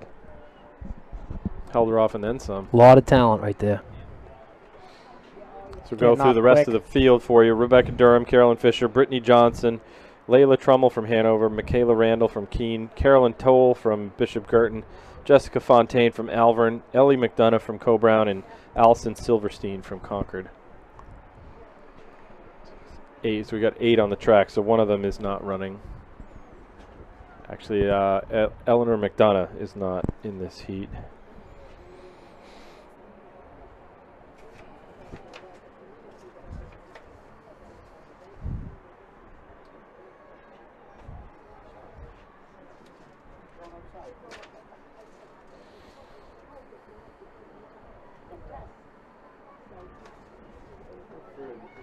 So Durham and Fisher, Yep.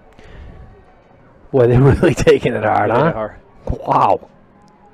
Going to go through around 68. Split, opening 4, 67.92. 4:32 pace.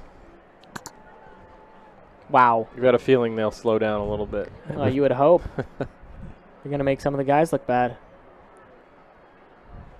Although Durham went out just about that fast last week, Jimmy. Yeah, that's why I didn't think she could hold off Hunt, but Yeah. she did. Like 3 times Hunt came up on her. She just held her off, but There's already a significant gap. Yeah, I don't know what Fisher's strategy is, just to stay on her as close as she can and hopefully get by her at the if it turns into a kick. But they're going out hard.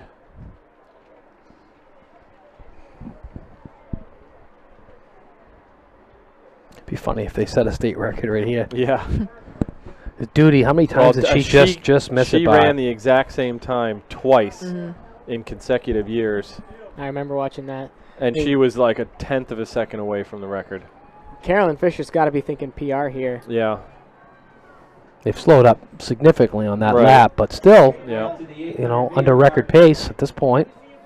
4:48 pace. 2:23.91 at 800 meters. 2:23.91.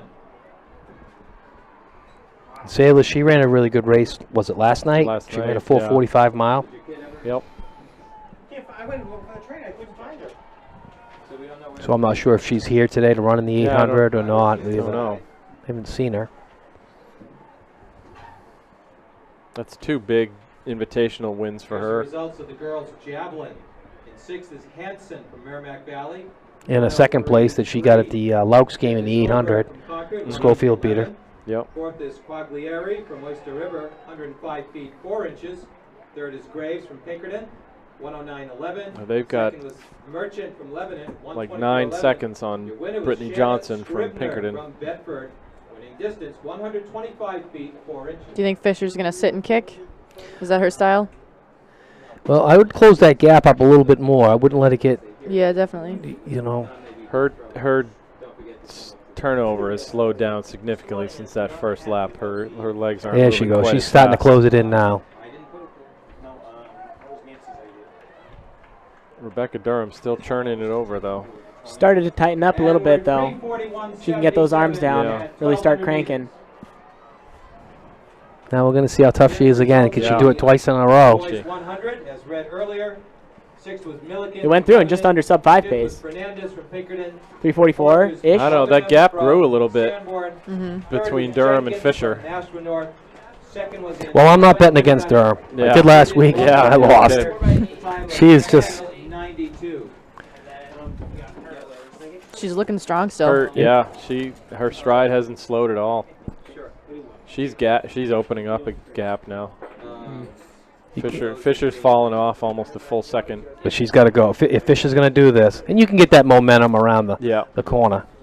But not now. I don't know. You Durham, don't want to Not leave now. this to the last straightaway. See the arms, how they're Yeah. working? Yeah. Yep. At the end of this corner, she could still turn over a little bit more. But we'll got- see. And you got to look. Fisher's fighting it. She's fighting it. Fisher, I mean, you got to come through this finish, Durham. Yeah. Or you're Yeah. gonna. Oh my God, she's like jogging to the finish. Let's go. Do we learn anything from Evan Tangway? 4:55. There we go. Thank you. Rebecca Durham.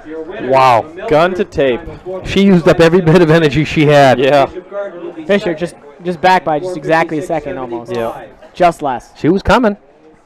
A little bit more real estate. And Now you start looking at New England spots. Trammell from Hanover, 5:07:20.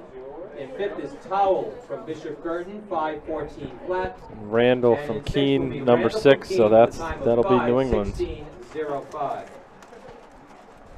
well, I didn't bet against Durham this week, No. so I'll learn my lesson. Once bitten, twice shy. Sounded like you refrained from betting altogether. Yes. If you don't bet, you can't lose. In the boys, 1,600 meters. Hannah got- Parker would have caught her though, right? I would hope so. Heat 1 of the boys, who got 2 heats again for them. Hannah, your ears must have been ringing a few times this year when I would talk to some boys and I would say, "Oh, I ran a 206 or a 207." I said, "Yeah, Hannah Parker ran a 206." "Oh, she did?" "Yeah, as a sophomore." Okay.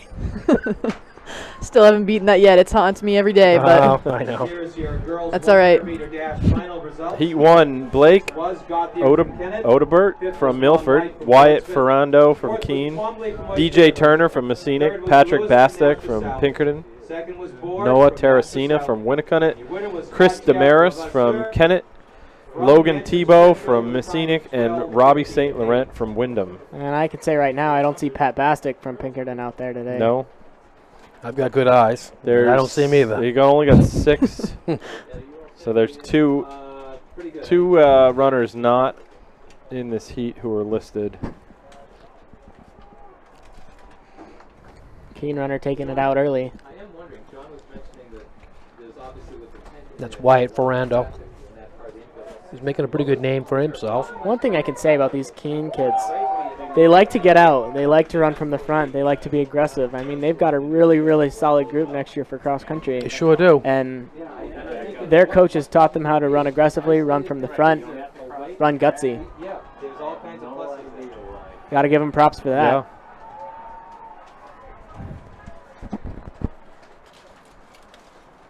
I mean, they're losing the best runner in the state Results of the boys' long in Division jump. 1 coming back, Sixth is Allard, Jeff but they're from still strong. Berryfield, 19 feet, 6 and a That's what you quarter. get when you have deep teams. Fifth is Johnson from Hollis Brookline. You lose your 1, but your 2 and 3 get older and stronger. Fourth is Janae from Merrimack, 20 feet, 1.5 inches. In third is Delissima from Nashua North, 20 feet. Coming 6. in, our top guy in this heat was a Second is Lewis from 4:38, Nashua South, 20 feet, 8. about 10 seconds behind Winner was that fast Philip heat. Antonio from Winnicott. His winning distance 21 feet, 3 and a So if quarter. they have any hope of cracking the top 6, they've got to have pretty outstanding races all throughout. So like this is Milford, Blake Odebert.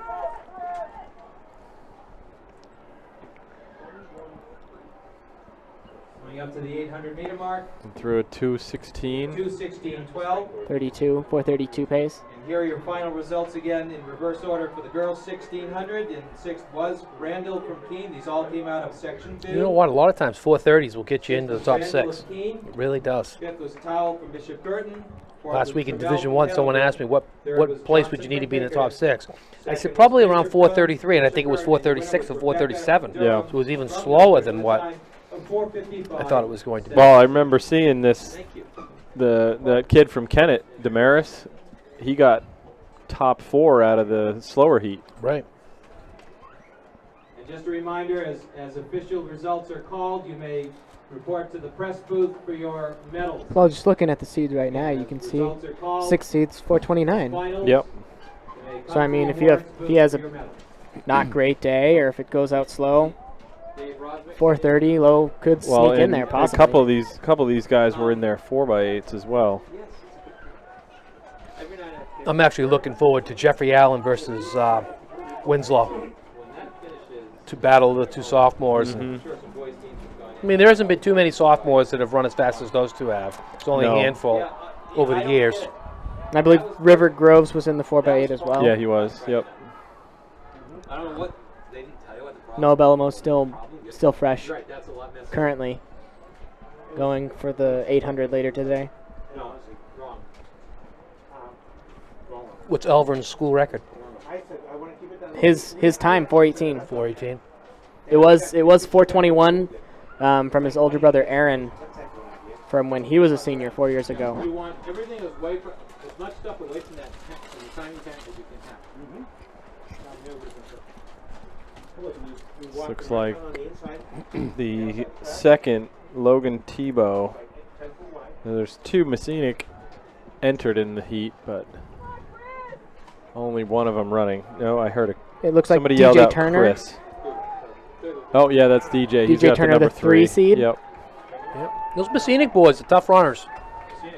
Mike Uh, Smith's got them running well. Year Should after be year. around 35, 36. 36. That'll have a tough time getting through to New England. Right. But you never know. 435.70. I mean, it falls off after the 6 seed. The 7 Yeah. seed's only 435. So Third is Otterberg from Milford, 440.25. And fourth is Damaris from Kennett, 445.12. Fifth is Terracina. You got the second heat going on the track. 447.63. And sixth is St. Who's favored to Laurent win from this Wyndham, one? 453. Noah Bellamo. Bellamo. All right. What do you think? 414, 415, Yeah, that's a mess. just from talking to him earlier, I think he wants to go around 417. 417? He has that pegged, getting him into the fast heat at New England's, which I know he wants. It sounds like he's finally come around and realized that the 1600's his event. Because he's been pretty much stuck on 155 for the half. That's what I keep telling him. And so when you do that, guess what? You got to move up. It's the 155 curse. Yep. It's the same thing if you're like a 52, 400. You got to move up to the 800. It's just the way it works. And the mile's a lot easier to take time off of than the 8. Exactly. You can really, really get stuck on that 800. Definitely.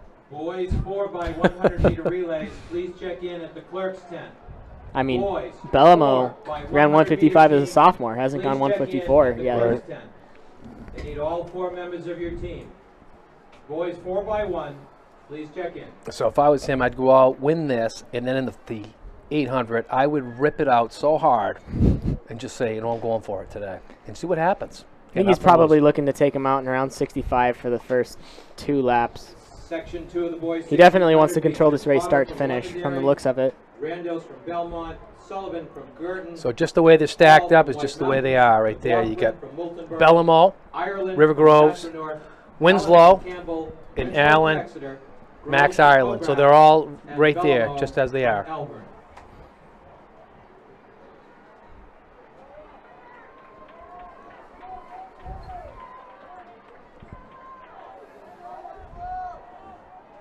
Noah taking him out pretty fast, 63. Yeah. 63-43 Gonna go at for it. 400 meters. 63-43. Oh, the time on the board? Starting to build a little bit of a gap. He goes Maybe Winslow. getting that closed up a little bit. Winslow and Allen now. Yeah, he does. He'll freeze it for a few seconds. And believe me, Winslow and Allen, one of them wants to be the fastest sophomore in the state. Groves is starting to go back a little bit. He's feeling that 800 now. And you know, Ireland's come along as a pretty good runner. Ran a 4:25 mile earlier this year. Could we see a repeat of the Vanderhoof upset from I like remember. 92 or 93? Was it 93? Yeah, it would have been 94 or 95. I remember that day. The two studs. I was there. You were there? Yeah. Actually, I was there. What am I saying? Downing and Mortimer both went down hard. Going through the 800, 209. Slowed up a lot on that second lap, 66. Quite a bit. Quite a bit slower. Here are the results of the boys' pole But vault. still, that's right around where In Bellamo second wants to was be. If he can go Richards through in from Rhode 210 and close in 207, 11 feet 3. In fifth place was we know this kid can Blackett close in from 60 in his last Yeah. lap. feet The 3. senior and two Fourth sophomores. place Yeah, was Allen and Bowe Winslow are from right with him. Pinkerton, 11 feet 3. Third is Shepard from Milford, 12 feet 3 inches. Second is Croft from Kearsarge, 12 feet 9 inches. And your winner was Scott Rathbun from Keene. I think ideally Noah 20 probably down, wants another 14 65-ish feet, on this 3 one, inches. and then just let it loose, go 61, 62 for the last lap, see if anyone can hang.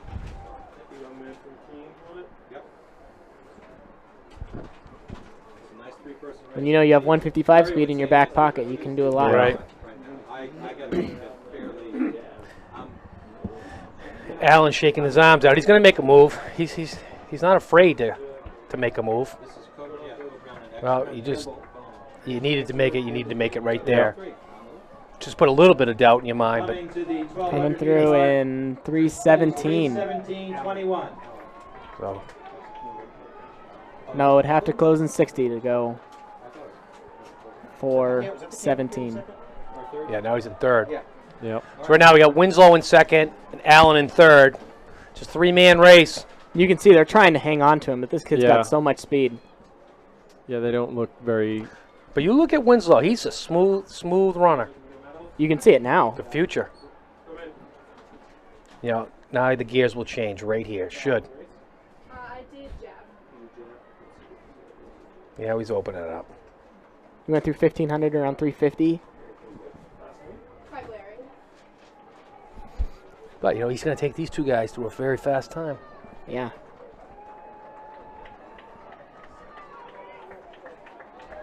Coming down the final straightaway.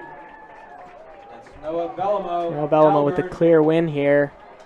Somewhere around 420, 419 maybe.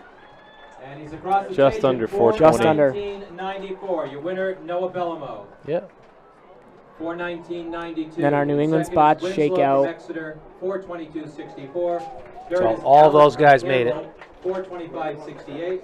Fourth is Groves from Co-Brown. Groves, Ireland. 4:29:61. Fifth is Right. Ireland. And Sam McLaughlin. Ford, So that second heat 4:29:66. And in sixth is will not McLaughlin move. from Moultonborough, 4:30:73. A little fast on that Oh. first lap. Yeah. And that's Next probably. out on the track will be 3 4:30. sections of the girls' 4x100-meter relay. We'll switch up a little bit with back to the sprints.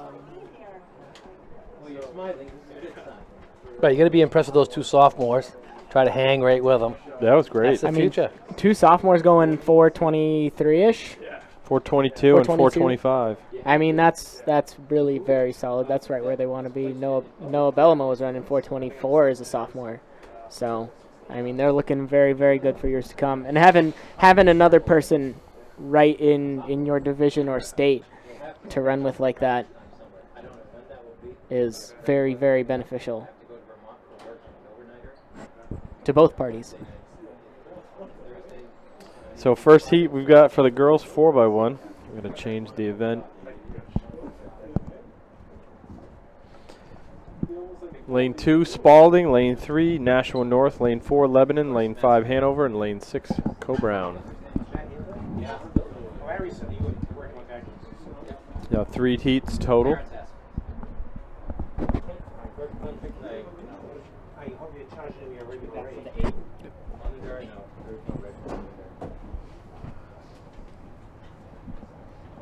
Nice having other people so I don't have to talk the whole time.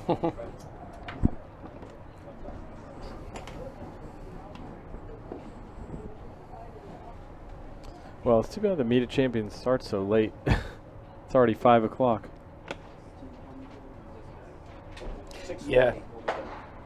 In 6:40, section you one, think? we have Spalding, Nashua North, Lebanon, That's Hanover, that's and another change from back in the day, Jimmy. They never used to push the Meet of Champions this late. They didn't care about kids with SATs.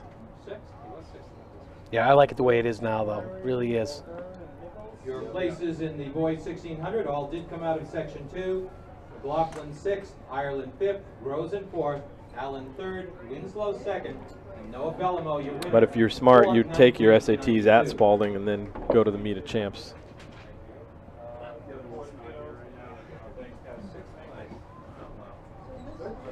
It's like Lebanon, that's Corinne Kennedy. She's got some wheels. Sure does.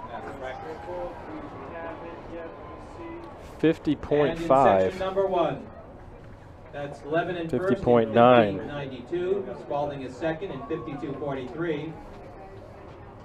In third is Hanover, 52.48. That's 2 Fourth, full Nashua seconds North, faster than their 52.49. seed time. And fifth is Co-Brown, 53.65. Here are the results of the boys' 50.9 actually would be sixth place, Haggerty from Londonderry, in the top 6 127.3. based off of their Fifth seed place, times Tebow from last week. Newport, 127.11. Fourth place was Sullivan. So that'd be pretty. That'd be a pretty amazing feat to come out of the first heat and place in the top 6. Absolutely. In second place was Dearborn from Kingswood, 135.2. And your winner was I don't Oliver believe they had Gunsky Corinne from Kennedy on their Goffstown, 4x1 last week, though. They didn't. 150 feet, 2 inches. She's a game changer. Yep. So who do we have in this one? In heat number 2, we've got Keene, Pinkerton, Guilford, Concord, Wyndham, and Bow. Here in section 2, we have Keene, Pinkerton, Guilford, Concord, Wyndham, and Bow. So like Guilford must have been the Division 3 champions. 51.78. That's really good. That's perfect. They had to go out and get another 100 more cheeseburgers to cook. Okay, so this is second, that's one left. Boys are still sitting there, they gotta call it for 100%.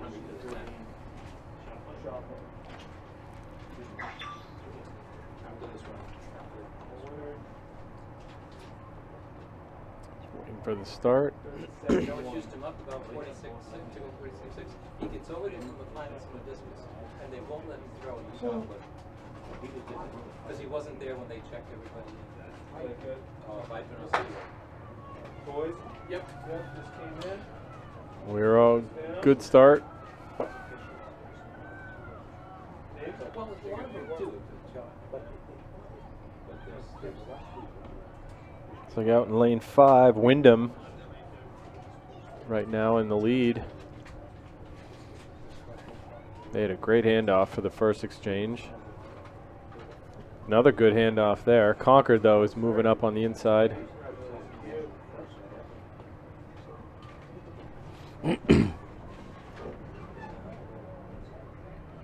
Ooh, Concord. Bad handoff oop. there, Yeah, Wyndham but a too. worse handoff. Wyndham's probably going to get DQ'd for that one. And in section number 2, That's going to be Concord it's winning going that to heat. be But Lebanon's time from that first heat is better than all those times. Right. Guilford is second, 51.44. Third is Wyndham, 52.51. Fourth is Bow, 52.61. I didn't Fifth is look to Keene, see what the flag was 53.24. from that Sixth third is Pinkerton, exchange. 54.50. But from here, it looked like Wyndham was out of the zone. They were on their way, but Yeah. and Concord was definitely on their way, but that was the poor handoff. But the other one was worse handoff. Yes. So Doesn't matter how fast you run. 400 meters. You're only as Girls good and as your boys, handoffs. 400 meters. Please begin checking in at the clerk's tent. Both girls and boys. Now we get to see 400 the meter dash. Division Please 2. check in. what are we looking at 1, for a 2, time and so 3. far? The best so time. 50.92 from Lebanon. Excuse me. Yeah, so that's gonna probably hold in for the That top 6. probably will. Nashua South, Milford, Oyster River, Portsmouth, Londonderry, and Bedford in this heat. So a rematch for the top 3 Division 2 teams from last week. Portsmouth coming out on top, just nosing out Oyster River. In this section, it's Nashua South, Milford, Oyster River, Portsmouth, Londonderry, and Bedford. Look at Oyster River, though. That girl's got some legs. Yeah. She's long. Londonderry, good handoff there. Bedford a little bit, had to slow down just a little bit. Oyster River's out in front of Portsmouth right now. Can they connect on the last one? And they did. Oh, good handoff from Oyster River, but Londonderry had another good handoff. It's Ziana Twombly from Oyster River. So Oyster River wins it. And it looks like it's Oyster River Wow, first. 49-92. Londonderry second, South third. 29. Third is Nashua South. Portsmouth 50-47. fourth. Fourth is Portsmouth, 50-52. Milford in fifth. So Lebanon, Lebanon actually moves up to fifth place. Fifth place, nothing wrong with that. Once again, we need girls and So boys. Lebanon Four bumps out for Bedford. the And they will move, those 6 teams will move on Clarkstown. to New England's next week. Next up, we've got the boys 4x1. 3 heats of this as well. Heat 1, Campbell, Oyster River, Kennett, Alvern, Hillsborough, Deering.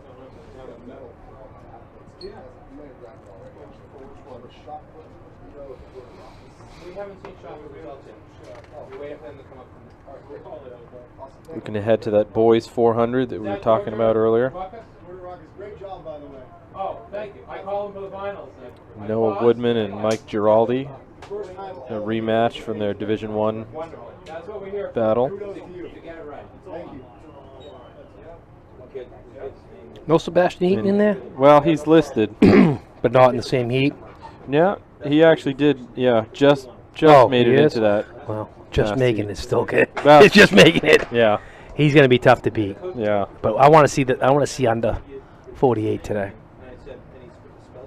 Oh, looks like we had a false start. I said, oh, the NT. I said, D. Yeah. What? Nothing hard about that. No, I didn't know about the NT being Yeah. Yeah. The kid's name is spelled We also got Boganum from Sanborn, who beat Eaton last week at D2s. You did? Yep. What event? 400. I don't know. No, Zepp won it. Yeah, something Oh, like you're that. right. Why isn't Zepp running? Running the Oh, he's 800. doing the 800 fresh. All right, I knew Eaton didn't win it. That's right. Yeah, Zepp won the 100. I mean, Eaton won the 100 and the 200. 1-2, right. And they ran on both relays.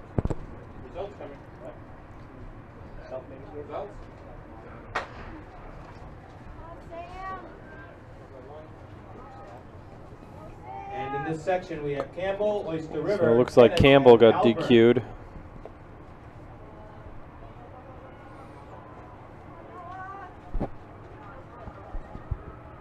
Or is Campbell the one? Do they run with that jersey just for their relay team?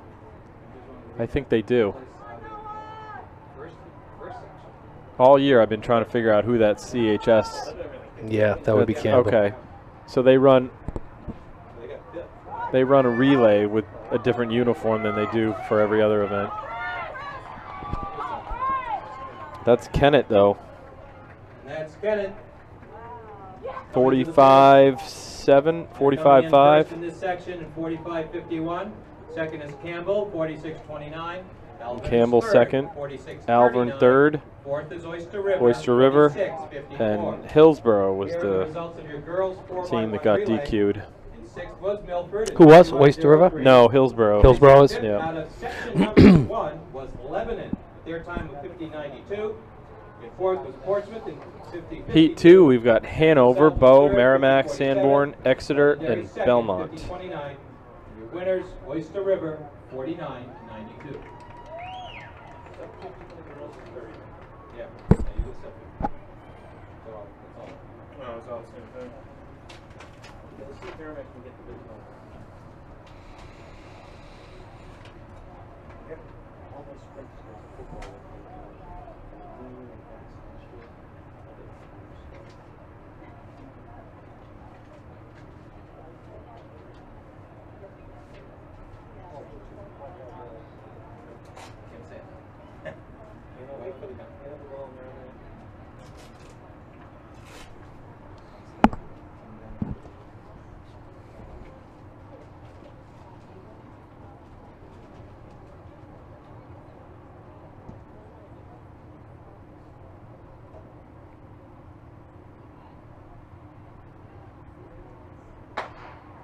Again, in this section, Hanover. I saw those Dairyfield T-shirts, and for a minute it looked like it was a Deerfield.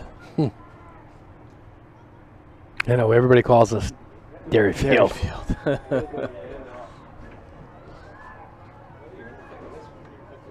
There's quite a few differences between Dairyfield and Deerfield. Yeah, it sure is.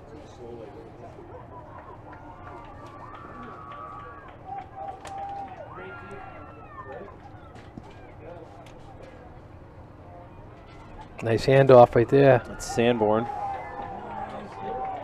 Sanborn's trying to put a Good. pretty good little program together. Yeah.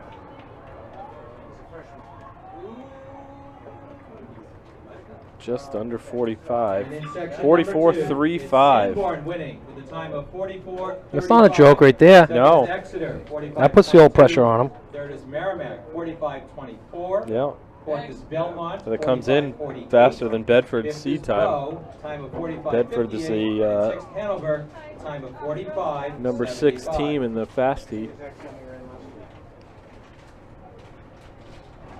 And in this next heat, we've got Bedford, Windham, Nashua North, Pinkerton, Lebanon, and Concord. Pinkerton, Lebanon, and So you think that putting 3 boys into the the finals of the 100 at the Meet of Champions, you'd think you've got a pretty good 4x1 team if you're Pinkerton. It's too bad that Winnicott wasn't in there because they they had some good runners. But remember, they didn't run last year at Division One. I mean, last week. Yeah. They had a really good team with really good handoffs, and Nashua North and them were battling pretty well together. Mm-hmm. But yeah, Pinkerton has got to be the team here.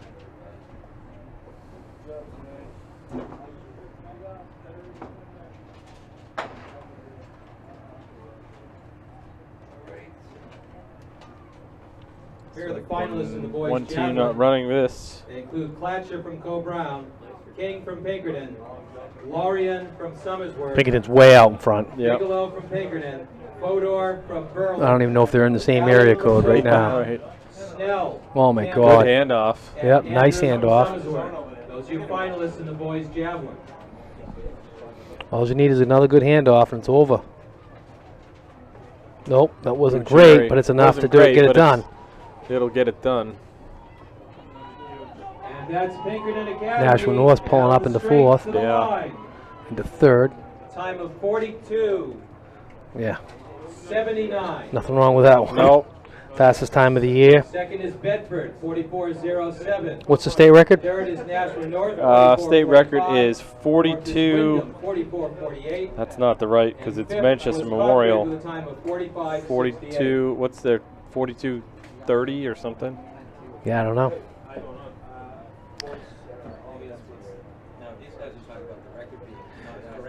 That's not the real record on there. Bedford Yeah. doesn't have the record. It's Memorial. Manchester Memorial.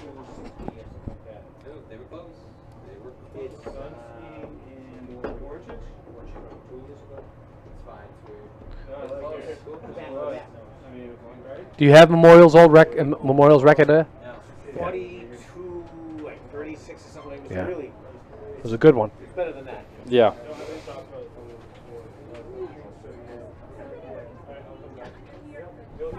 He might. What? This is the first of John, three sections in the She girls just dropped her phone 400. down underneath there. Ellis from Sanborn, Trevino from Portsmouth, Page from Monadnock, Ball from Lebanon, I think it's Kendall open. from She can Portsmouth just walk Christian, under. and Thomas from Hanover. Will the Girls 400 is 300 next meter event hurdles. on the Girls and track. boys, 300-meter hurdles. Please begin checking in at the clerk's In this tent. first heat, we've got Hannah Ehlers of All Sanborn, 300-meter hurdles. Lucia Trevino Please check from in. Portsmouth, Chloe Page from Monadnock, Emily Ball from Lebanon, Delaney Kendall from Portsmouth Christian, and Piper Thomas from Hanover.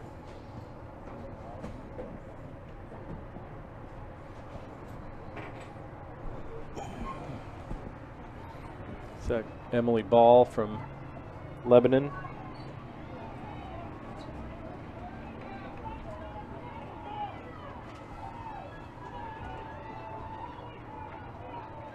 And it's going to be a close finish at the line. Being challenged by Delaney Kendall, though. And that is Ball from Lebanon. winning in 62-41. Kendall from Oh, Portsmouth close. Bridge in second in 62-42 to Third is Ellers 62-41. from Sanborn, 63-56.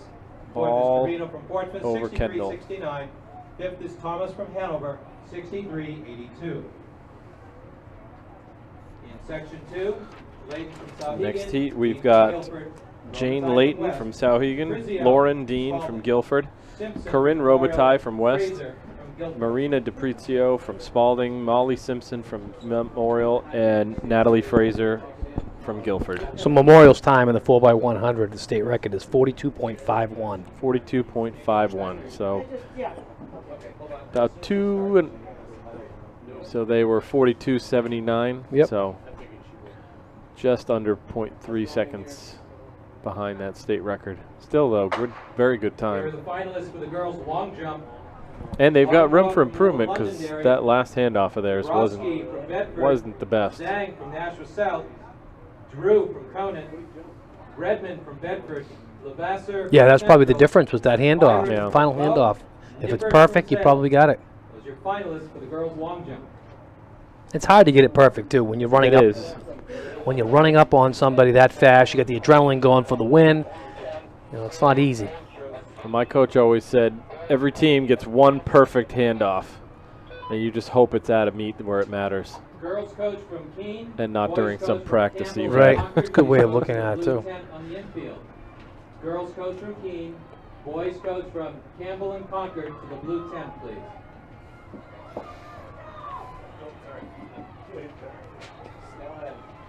This is that Molly Simpson from Memorial. And in section 2, it's Simpson from Memorial winning 60-18. 60 Second is flat, Robitaille just from about. West, 60-62. Third is DiPrizio from Spalding, 61-93. Fourth is Fraser from Guilford, 62-83. Fifth is Dean from Guilford, 63-16. So this should be a good final heat of the girls 400 with Graves from Pinkerton, Devaney from Concord, and Concannon from Oyster River, all sub 60 coming in. Concannon from Oyster River. Yep, should be good. But I think Devaney's gonna be tough to beat. She's been running well Yeah. all year. Yeah, and she's got the best seed time by almost 2 seconds over everyone I else. think the only one who's run really faster than her is Schofield this year. Yeah. I'm sure Corinne Kennedy could. Yeah, She's I run mean, a Kennedy's 55 run a before. faster time than that, but I don't know where she's at this year right now. Others in this heat are Wart from Oyster River, McGrath from Londonderry, and Patarello from Timberlane. Here are the results from the girls' triple jump. In sixth is Clooney from Spalding, 34 feet, 3/4 of an inch. Fifth Graves is and Zhang Devaney are both from out Nashua hard. South, 34 feet, 1.5. In fourth is Suter from Wyndham, 34 feet, 2. In third is Wheeler from Interlakes, 34 feet, 5.5. In second is Choate from Nashua North, 35. Devaney run 3/4. 800 too? No, she has run it. Yeah. Redmond from Bedford with a jump 200, 200, 400. 38 Yeah. feet and a 1/4 inch. I've only seen her run the 800 once, but I think she'd be a pretty good 800 if she Yeah. concentrated on it. But Right. she definitely has some wheels.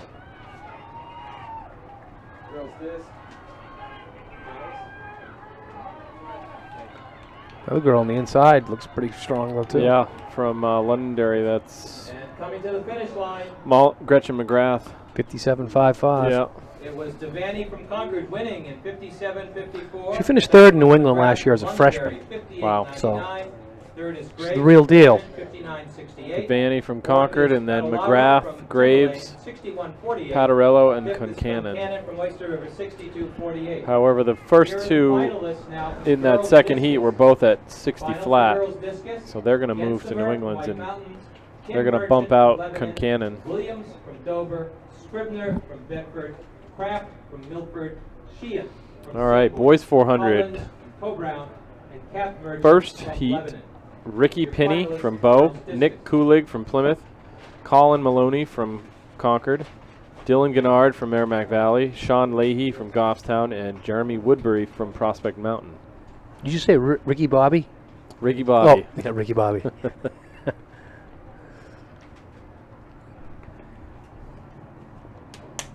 Ricky Bobby.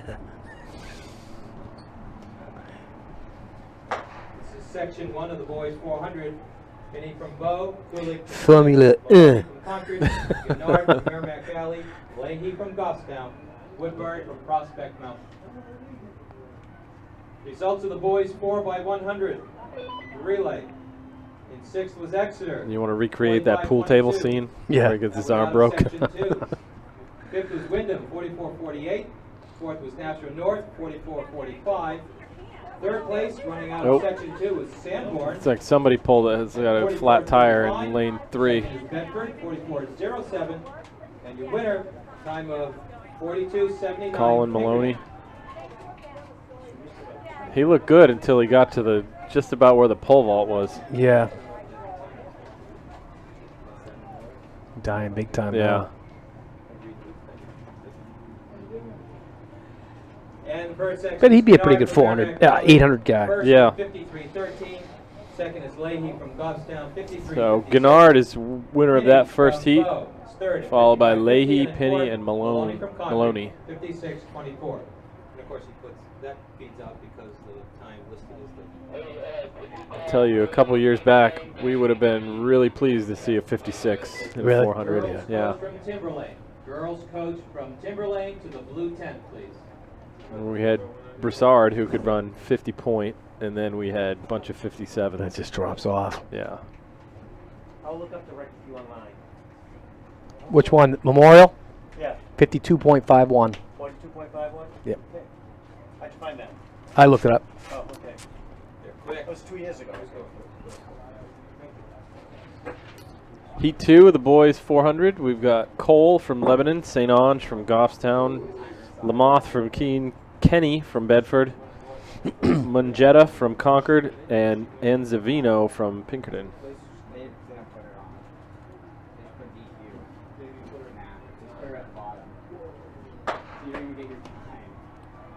It's a good start. This is section 2, Cole of Lebanon, St. Ange from Goffstown, Lamoth from Keene, Kenny from Bedford, Mungetta from Concord, and Anzibio from Pinkerton. That's Anzibino.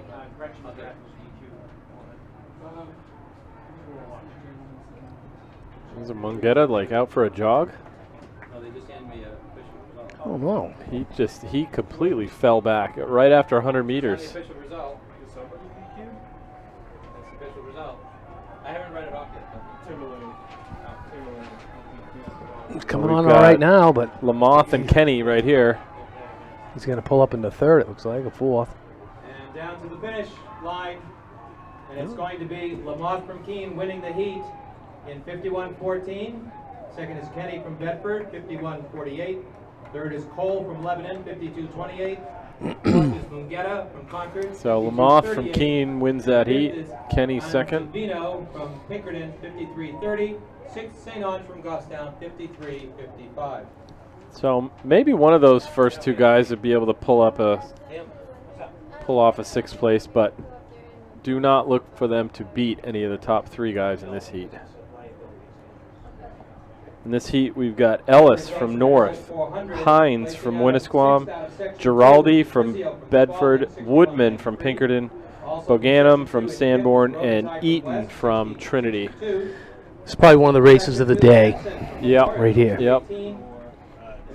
Hopefully we'll see a record. I mean, how tough is that for Eaton to be out in lane 6? It's not going to see any of those guys Right. until they come on to the last turn. Well, hopefully he's not going to see any of I them. mean, pound for pound, he's the fastest guy out there as far as like 100, 200 speed. Yeah. And so it might not hurt him that much, but it's always nice to see what's in front of you. It is, yeah. Hopefully we can see a sub 48 here. Yeah. And everybody's pushed.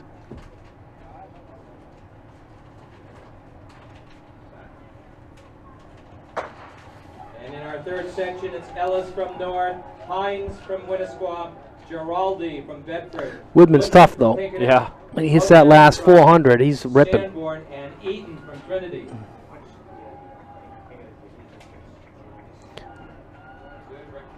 It's what you want, though. You Got want such a great this stride. sets up perfect for Woodman because he can see Eaton And Eaton can't see him. And Eaton's a faster runner out for the 200, but now Yeah, you he's- watch. Now he's catching 'em. watch the He's gears caught change 'em. here. It's over. Yeah.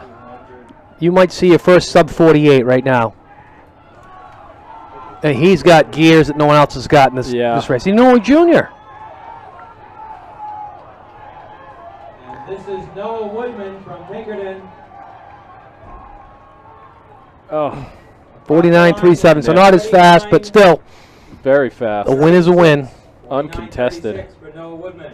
Second is Over Giraldi a from second and a Bedford, half ahead of 50-80. second place. Third is Boganum from Sanborn, 50-84. Fourth is Eaton from Trinity, 50-87. Fifth is Hines from Winnisquam, 51. No record, but a perfect race. Sixth Yeah. is Ellis from National North, 53-33. Well, we'll see when he goes to New England, and he's got some other guys that are real fast, and Right. And Please put the that might push him. 300 hurdles out on the white marks. Yeah, I wondered if he was kind of building up to speed rather than just going right out after it. I'm not sure. Because he didn't really make up the stagger until about 150 meters into the race.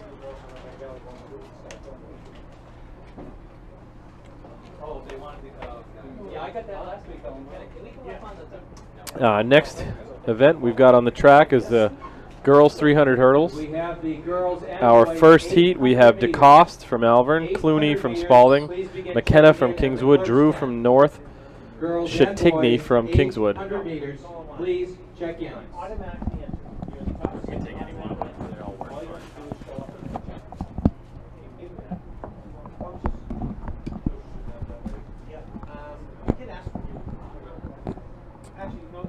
Joining us in the booth, one of our New Hampshire track and field colleagues, Greg Hall.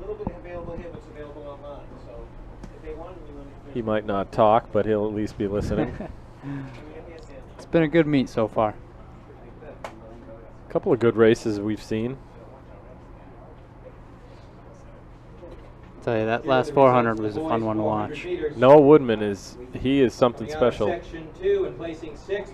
was a tight battle for second there. as Yeah, well. well there were four guys right around 50 point. 50.5, 50.6, 50.8.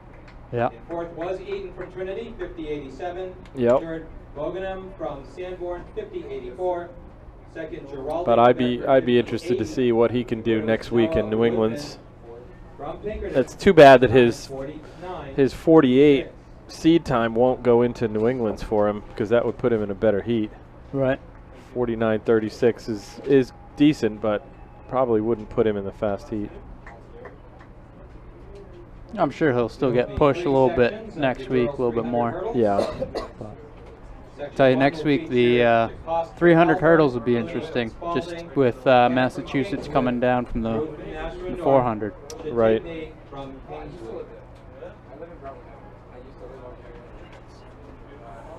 I was down there a few weeks ago for Twilight meet at Norwell, and they just had some phenomenal runners going in that. It was great to watch. And that's where New England's will be next weekend. Yep. It's a great looking facility. We got 4 pits. I know that Wow. day. Oh, that day what they did is they'd have Flight 1 going on one, Flight 2 warming up on the next, and as soon as Flight 1 was done, the officials would just turn around and Flight 2 would go. There was no downtime. So, not sure if that's what they'll do next week, but yeah, they've got that. They got they'll have 2 pole vaults set up. I believe 2 high jumps. Well, New England's has a much bigger athlete field than this meet does. Oh yeah. Going to 36 athletes from 18 eats up a lot of time. Makes for a lot of great competition too.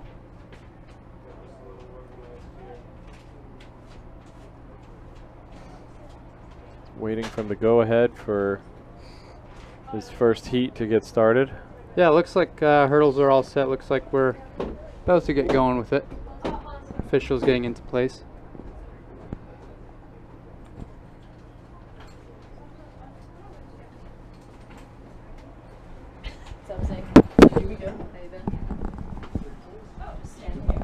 How are you? couple more voices joining us.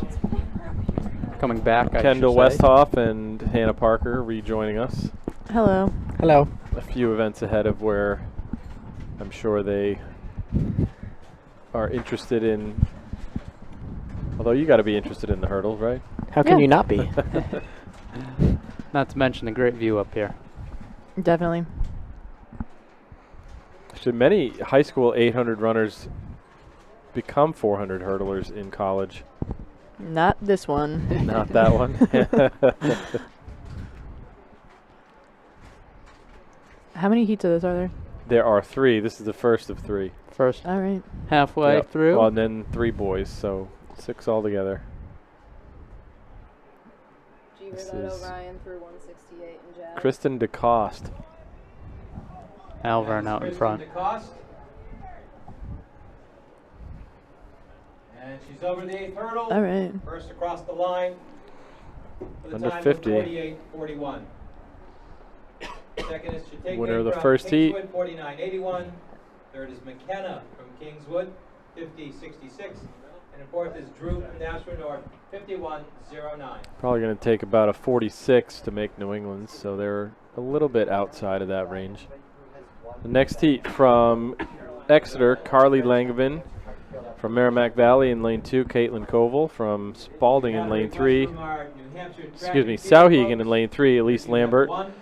Lane 4 from Spalding, Lauren Noble. Lane 5 from Interlakes, Emma Wheeler. And lane 6 from St. Thomas, Morgan Bevins. Runners in their blocks.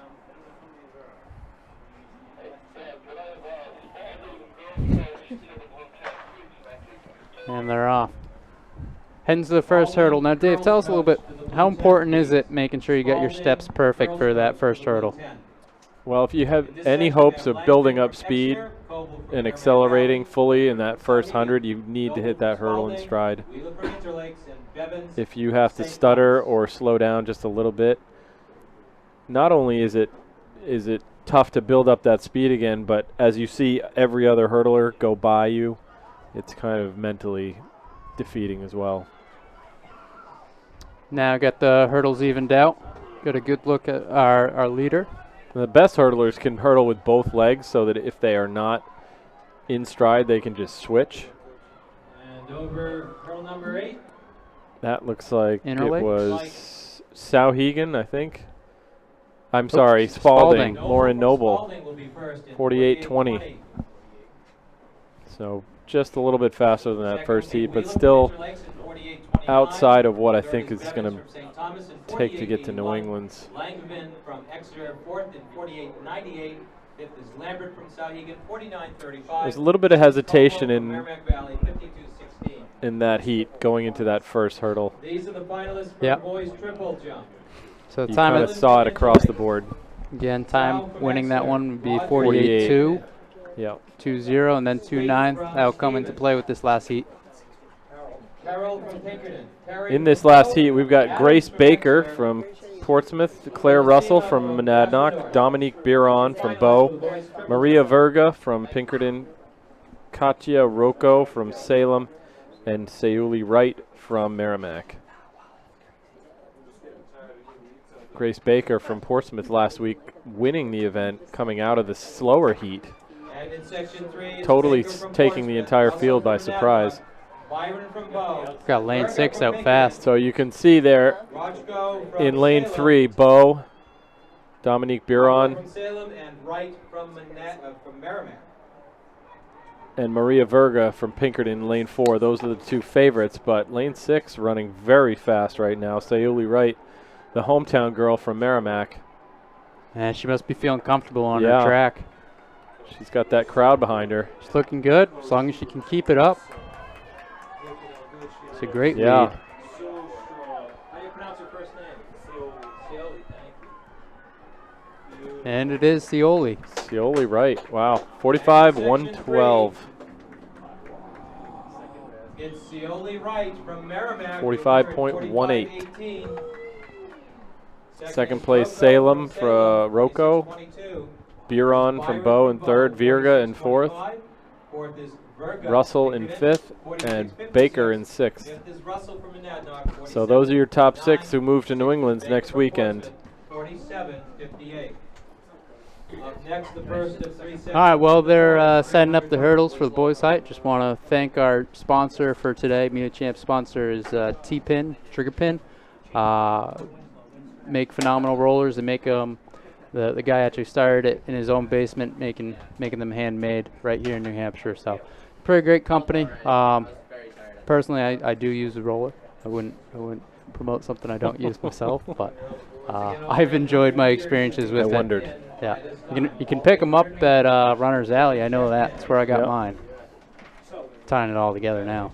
NewHampshireTrackandField.com, powered by Runners Alley. There you go. And that's the cycle. 20 years ago, in 1997, my father won the same race as me. Oh, that's one for television. That's one for streaming. Throw that one over to the TV. Looks like we're ready for that first We heat heard of the some of boys. it. In the details, get the details. 20 years ago, in 1997, Shirley Wright's father won the 300 hurdles at the Meet of Champions, and she just won it today. Oh man. So the 2017 girls 300-meter champion is the daughter of 1997 boys 300-meter champion. That's some good trivia. Yeah. Brought to you by our host school, Yes, John Snell. John Snell, one of his athletes.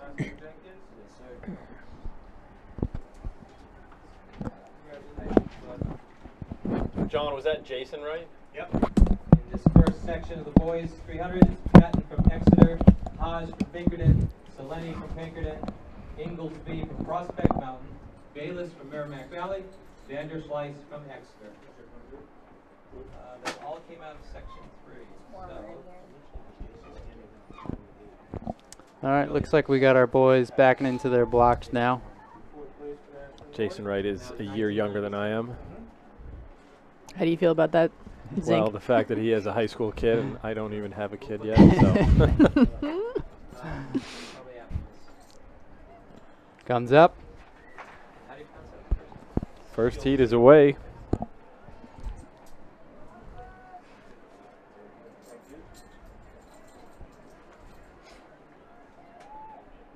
Lane 4 running right now pretty strong. Hudson Inglesby from Prospect Mountain. He's got a great looking stride. His last hurdle wasn't the prettiest, but he's definitely making up with the speed in between.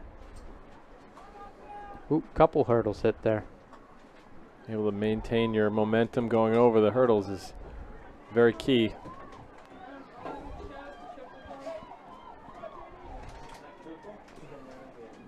Dover hurdle 8. Being pretty tall is an advantage. Yep, finish strong. Yep, that's Inglesby, 41.17. Second is Seleni from Pinkerton, 41.51. Seleni, Third is Bayless, from Merrimack Valley, Vanderslice, 41.22. Patton, and Hodge. Vanderslice from Exeter, 42.40. Fifth is Patton from Exeter, 43.01. Sixth is Hodge from Pinkerton, 44.20. Here are the results of the girls' 300 hurdles. In sixth was Baker from Portsmouth. The next heat from Portsmouth Christian, we have Fiston Kapongo. Lane 2, Nashua South, Tara Lewis. Lane 3 from Portsmouth, Drew Dickinson. Lane 4 from Lane 4 from Pinkerton, Evan Rogers. Lane 5 from Spalding, Adrian Sutton. And in Lane 6, Epping, Mark Maraska.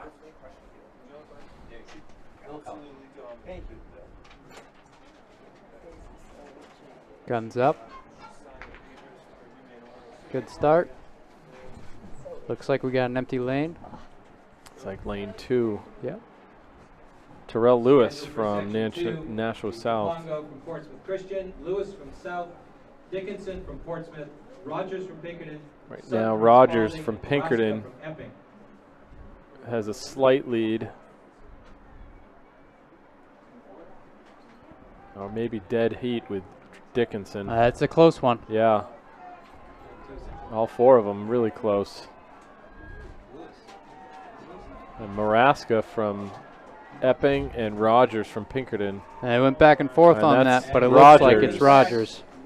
That's going to be Rogers from Pinkerton. 41-39, but Second is Maraska from Inglesby Epping, from Prospect Mountain 42.04. beats Third all is their Sutton from times. Spalding, 42.03. Fourth, Kapongo from So Portsmouth Inglesby Christian. 41.17, still the time to beat. Yep. See what happens in But this last heat, though. expect this last heat to be able to do that. 42.48. Ian Remenar from Belmont in lane 1.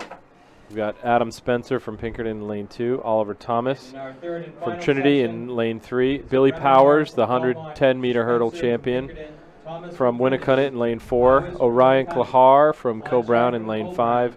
And Kevin Frey from Wyndham in lane 6. Yeah, all these 6 guys, they've got faster times since season Sub than 41. under yeah. 41. So if they're all running well, And Powers ran 38.8 last week at Division 1 meet. he might have had a little bit of something to prove in that race. Yep. Coming off his 14.07 110 meter win. Good start. They're all out Little clean. hesitation by Powers in lane 4 on that second hurdle too. He's coming up short-footed. He's coming up short on these hurdles. He's got a little stutter in his step.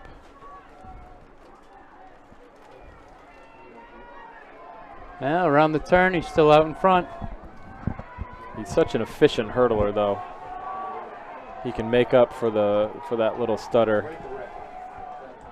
And that's Billy Powers in the middle of the 38.72. first. I mean, if he could clean up those first 3 hurdles, 38.71. Second will be Thomas that's a sub 38. 39.92. And third is Frey from Wyndham, 40.33. Fourth is Klatcher from Co-Brown, 40.37. All right. Fifth is Spencer from Pinkerton, 40.41. So those are our And 6 is fastest Remenar from times. So Belmont, all 6 of those boys will move 40.89. to the New England's next week. Yep, all sub 41. 38.71. Next on the track, the first of All right, sections. looks like we got our first section of girls 800 Section one jumping is onto the Romano track. from Sauhegan, Schmidt from Girton, Bealey from And with the distance Wilsonboro, race, I'm going to give it Nygro back from to Girton, Peppett Jimmy from Mack. Central, Connor Cobrown, Well, Lane we've from got Sauhegan, the high school Mondo talent from here to Bolton, help us out with this. Kinsey from White Mountains. Jamie and I have been listening to each other talk for so long, we're probably sick of it. Right. Nice breath of fresh air. I'd like to have the Hannah 200 Parker, meters. state record holder. 20 what? 6. 206. There's nothing wrong with that.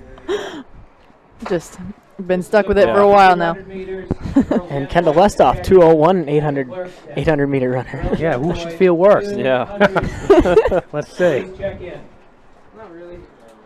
Maybe just a little bit to where I didn't really notice it. In this first heat on the girls 800, we've got Marissa Romano from Sauhegan, Haley Schmidt from Bishop Girton, Rebecca Velli from Moultonboro, Julie Negro from Bishop Girton, Caitlin Pepin from Central, Abby O'Connor from Co-Brown, Jane Layton from Sauhegan, Isabella Mormando from Conant, and Haley Chansey from White Mountains.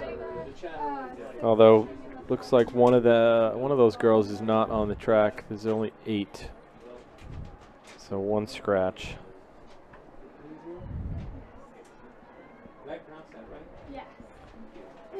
So, Hannah, how'd you like to run the 800? Did you like to go from the front, or did you like to sit and kick? I was definitely more of a sit and kick kind of girl, but sometimes I had to take it if it wasn't going out fast enough. So it really depended on the race. Right. But And section 1 will be 70.33 at the 400. 70.33 at 400 meters. Can't really sit and kick at nationals, though, can you? no. You've got to get to the front. Yeah, definitely. So you don't get cut off. Is that your favorite distance, the 800, or do you like the 1,000, or? Yeah, the 800 is probably my favorite. So, Kendall, what did you run your sophomore year in? For our 4x8, Yeah. I was 201 at New England's. I think 203 at this meet, the meet of champions. 202, 203. So I was, As a sophomore? that was as a junior. Yeah. So the question was your sophomore year, though. I just want to know if Hannah Parker would have outkicked you. I didn't run this very much my sophomore year. Obvious. The fastest I ran sophomore year was 209. Oh, Hannah. 209 in the 800. 4:45 in the mile and 9:41 in the 3200. But that's a good thing. You listen to that, and that's the way it should be. You should climb the ladder to get good. Yeah. It's so tough on some kids that they start off right out of the box and they're better than everybody else, and by the time their senior year, you see it all the time that they're not one of the tops anymore. Romano from Sauhegan winning that first heat, 221. Her teammate, Leighton, 222. All right, so this is the race. This is on the girls' side. This is definitely the race of the day. The chips right here. Who you picking? Salis is there, so Christine Leah. Schofield, Salis, Kennedy, Well, Corinne, and yeah, Hunt. Corinne Kennedy has that 209, so she's in there too. Brittany Johnson's there too. Emily Sweet, Shaylin Saunders, Bailey Carrillo, Riley Ducharme. What do you think? Who are you picking, Hannah? I don't want to make any bets either. No? No. I have a hard I'm time. not sure. I have a hard time picking against Leah Salas. I know, she's so tough, but I'm going to go with Kennedy. I'm going to go with Schofield. They're all tough racers, definitely. It is a stacked race. Yeah. From Bedford, Kennedy from Lebanon, Hunt from Sauhegan, Johnson from Pinkerton, Sweet from Nashville North, Saunders from Alberta. How much is that mile going to affect Salis? Ducharme from Central. Or will it at all? I don't think it will. I think back-to-back races are fine. I think when I was in my racing days, I would run faster the second day than I would my first day. It just seems to be the way the body's Is it built. easier to run the mile one day and the 800 the next, or vice versa? What do you think? I'd probably say vice versa. Vice versa? Fresh for the mile and then have a little bit in you for the 8. Salis is tough. I mean, she puts everything into it. Schofield's got the speed. Kennedy's got the speed. Hunt's got a good kick, but Hunt just ran, so. You can see Salas, she's already trying to pull it out there. Right. Yep. Going through like a 66, yeah. 66. So slow for them. Yeah. Yeah. Telling you, Kennedy's going to be tough to beat. She's got the best 400 speed of those three for sure. She looked like she was holding back. I noticed that on the straightaway. She was kind of looking at Salis. Her father was an absolute stud. He was a 153 New England champion. Look at Schofield, too. She's just good, too. Yep, she's closing up. Wow, it's a good race. Now it's who's the fastest. All three of them dead even at the 200. Christy's moving. I want to tell you. Salas is holding them off. Yeah. After this turn, we'll see what We'll happens. see. If she comes off the turn, she can slingshot into the last Kennedy's 100. in a tough spot, though. Yeah, she's in a real tough spot. Oh, you can't thread the needle. You got to go around, Kennedy. Yeah. Come on, Kennedy. Come on. Come Wow. on. What's going to happen? Oh. Stride for stride. Oh, my God. goodness. Schofield, Kennedy. Who wants it the most? Schofield. Great race. Wow. Wow. Nice. Amazing. That was a good. Christy Schofield from Merrimack Valley. That get the, 209. that get the blood boiling, Hannah Parker? Always. You wanted a part of that. 209, 209, Watching the 8 is 209. definitely always tough. Oh, God. 209.60. Fourth will be Hunt from Sauhegan. Wow, all three of them within Schofield, 3/10 of Kennedy, a second. Salas. That was something, huh? That was phenomenal. From Nashville North, 220.35. Jeez.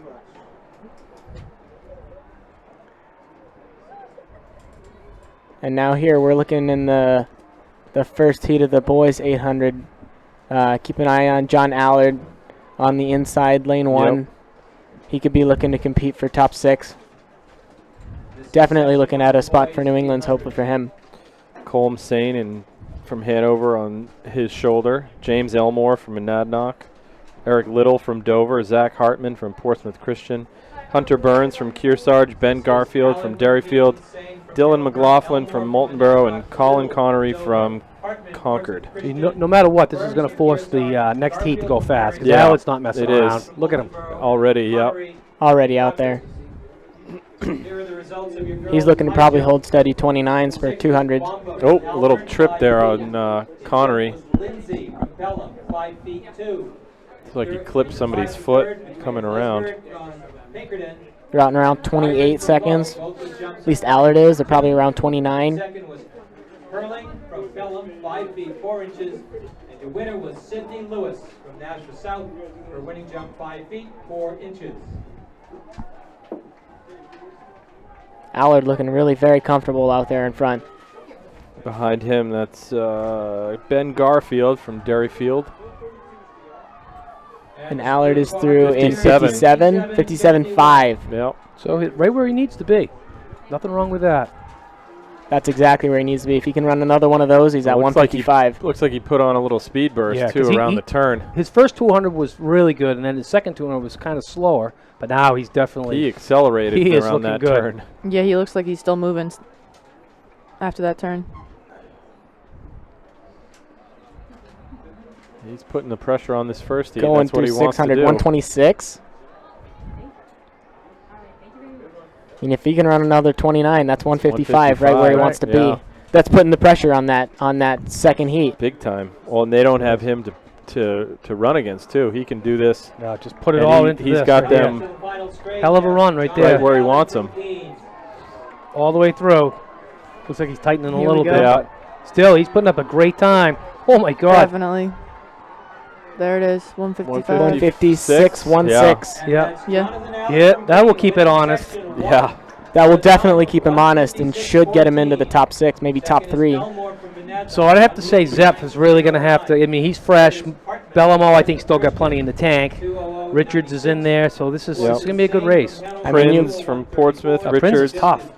Calvin Graves from Pinkerton, Chris Zano from Londonderry, Jack Ledger from Portsmouth, Ian Daly from Interlakes, Jacob Swaney from Timberlane, and Spencer Sawyer from Wyndham. You look at what Bellamo did just earlier today in the 1600. Only ran around 420, so you'd figure that he'd have plenty of juice left in his legs, but Tim Zeff took him right to the line last year. Definitely has the capability to do it again. Yeah, and they can't mess around with each other. They have to go for it. They have to, yeah. This can't be tactical. This forces the hand. And Zeff's got him. Yeah. And Off the start. Zeff is fresh, and Bellamo and Richards are both doubling back right now. If I was Bellamo, though, I'd rather be trailing Zepp. Yeah. And I would rather be able to pull the trigger on him rather than it on me. You'll be able to see what Noah Bellamo has left. About 300 out.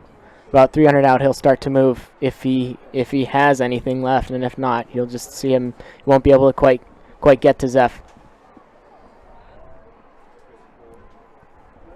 Zepp's he's sneaky fast. You look at him, you don't see a lot of speed, but he covers his stride length covers a lot of ground. Covers a lot of ground. They're through in 55, 56. That's quick. Yeah, they're not messing around. Okay, Bellamo's going to make the move here. Here we go. And when you make it, you got to make it with Here he authority. goes. Maybe a little early. Last year I saw him make the early move and Zeff coming back on him in the last 100, but Noah's looking to put it away early here. Good. He's got it. No, Zepp's right back into it. It's a two-man race. Bellamo, you got to keep your foot on the gas pedal. Yeah. He's got it down. Yep, he's got it. He's got it. Zepp's going to change gears pretty quick here. It ain't going to happen. You got to pay attention right off this turn. This is where he did it last time. Here we go. Noah Bellamo looks so in control right now. He's got it. Bellamo's going to have strong. one of the fastest times ever. This is legit This is right quick. here. This is quick. This is nice. 152.5. I think that's the second fastest time ever by a New Hampshire runner. That's a PR by 3 seconds. Wow. 2.5 seconds at least. And he ought to go over and shake Allard's hand because he made them force the pace. Wow. The 155 curse on Bellamo is now over. He skipped right over the 154. Skips over the 154, skips over 153, right into the 152s. Wow, amazing race. I think that's the second fastest. Jerry Preacham from 1968 ran a 152. And Russell Brown 150. He's going to have a hard time figuring out whether he wants to run the 16 or the 800 at New England. I tell you what, I go 800 at this point. 152, are you kidding me? Yeah. The big difference between 152 and a 420.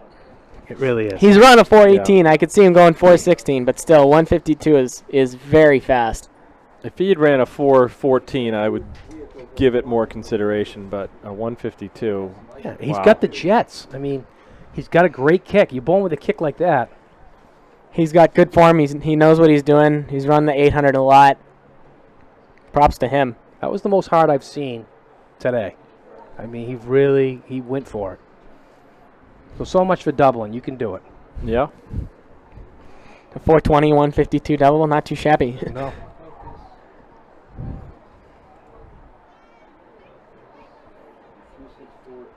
Girls 200 is the next event. Up first in this heat, Sweet from Exeter, Ball from Lebanon. So he went 55-57. Ahlers from Sanborn, Marr from Alvern, Gauthier from Kennet, and Kendall from Portsmouth Christian.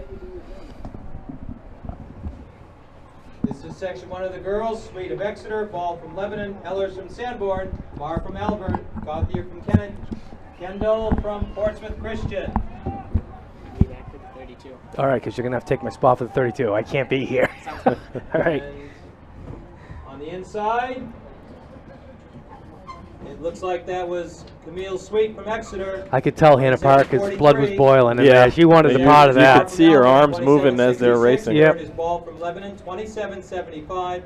Fourth is Kendall from Portsmouth Christian, 28.05. Fifth was Ellers, Sanborn, 28.30. Sixth was Gauthier from Kennet, 29.03. Once a champion, always a champion. Right.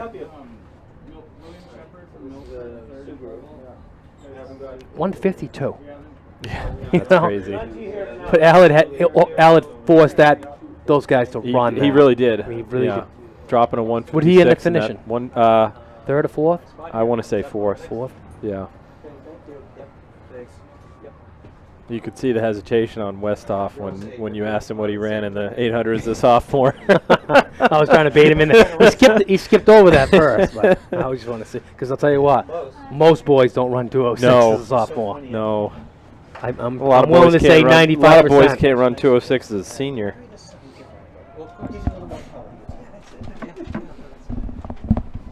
This is Drew from Conant, Canoe from Trinity, McLean from Oyster In River, this Lewis heat, from we South, have Haley Olsen Drew from from Portsmouth Conant, Christian, Michaela Chuck Canoe North, from Trinity, Devin McLean from Oyster River, Sydney Lewis Fight from is in the middle South, of the track. Holly Olson from Portsmouth Christian, and Alana Choate from That's Nashua going to North. be Sydney And that Lewis is from Sydney Nashua Lewis South with the winning win. Section in 26.53. 26.53. McLean from Oyster River, 27.13. Third is Olson, Portsmouth Christian, 27.57. I was going to say, Jimmy, you changed your voice. Is that working? This is Ethernet working way better? 28 flat. Is the Ethernet working way better? We have two vehicles that need to be moved. You're blocking another vehicle from leaving the parking area. Red Ford Focus, New Hampshire plate 364239, and a Subaru license plate, New Hampshire 2809328. Please move your vehicles. You are blocking another vehicle from leaving. End of our public service announcement. That's the guy who runs the robotics here. They had their big competition. In this third heat, we get to see Grace Devaney, the 400 champion, up against Bianca Williams in the 200 from Milford. Kayla Lavassa is You going to be calling tough it? to beat. Yes. Yeah. Yep. Lane 1, Claire Russell. Lane 2, Ziana Twombly. Lane 3, Grace Devaney. Lane 4, Katya Lavasser. Lane 5, Chris Maley-Borg. And lane 6, Bianca Williams. Good start. Looks like we're And missing in a the couple, third though. section, It's Russell from Nadnock, Yeah, there's Tom only Lewis 4 from out River, there on the track, so Devaney Concord, Levasseur So from Central, Devaney, Borg from South, Levasseur, Williams from Milford. Borg, and Twombly. So Bianca Williams and Claire Russell not in this race. And yeah, you're right. That's Levasseur all the way. Yeah, she's got some wheels. Devaney gets another second. Yep. That's another win for Katya Levasseur from Manchester Central, 25.52. Officially in at 25.52. Wins the 100, wins the 200. Third is Borg Devaney from won the Devaney 400. wins the 400, second in the Borg from 200. Pretty good day for those Yeah. two. Oyster River, girls. 26.96. Yep. Nothing wrong with that. In the girls' 800 meters, all of the places did come out of section 2. Sixth is Sweet, fifth is Johnson, fourth is Hunt, third is Salas, second is Kennedy. The winner is Christy Schofield. First heat of the boys, 209.30. 200. Bylergen from Pinkerton in lane 1. Bolden from Dover in lane 2. Fernandez from Pinkerton lane 3. Boganum from Sanborn lane 4. Romulus from North lane 5. And Joe from Newmarket lane 6. Runners in their box. Thought that was a typo for a minute. His first name's Dakota. Dakota Joe. Another heat of just 4. Yeah. Romulus from North. So that's Joe from Newmarket. lane 2 is missing. Bolden. 2 and 5. And lane 5, Romulus. Got some Pinkerton out in front. Yep. That's Eduardo Fernandez. Track in lane 3. It is Eduardo Fernandez from Pinkerton, 2332. 2332. Second is Belegeron from Pinkerton, 2387. Third is Boganum from Sanborn, 2390. And then fourth is Joe from Newmarket, 2407. Good time for the first heat. No, Yeah, very Joe. fast. Yep. That is his last name. Dakota Joe.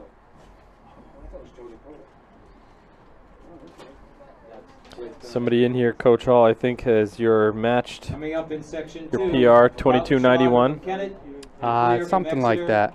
But there's a few boys here can easily break that. Trinity. I think there are a few people freshening up their 4x4. It'd take about a 23 normally. 23 or a little bit less to get into New England's. Yeah. In this next heat, Lautenschlager from Kennett, McAleer from Exeter, Doucette from Hanover, Milliken from Lebanon, Dupuis from Belmont, Duckett from Trinity. They're off. Full heat. Good start. Yeah, they're coming around fast. That clean, crisp water from Kennett that the Lautenschlager is brewing with. Lautenschlager. It's going to end up being pretty close. Wow, that's a tight race. Lautenschlager on the Lautenschlager inside. might have this one. Yep, that's what I said. Yep. First across the line is Lautenschlager from Kennett with a time of 23:22. Second is Duckett from Trinity, 23:27. Third is Milliken from Lebanon, 23:33. Fourth is McClear from You might say he brewed up a win. 23:38. He did. He was brewing up a win. Hopefully he'll place. Yeah. 23:41. 23:22. That's the best time to beat so far. So who do we have in this one? In this heat, lane 1, Jenkins from Nashua North. Lane 2, Jones from Central. Lane 3, Sebastian Eaton. Lane 3, Jaden Rimwick, Pinkerton. Lane 4, Mike Giraldi. Lane 5, and Jacob Martin. Lane 6. Jacob Marley? I thought he was dead. Yeah. Scrooge.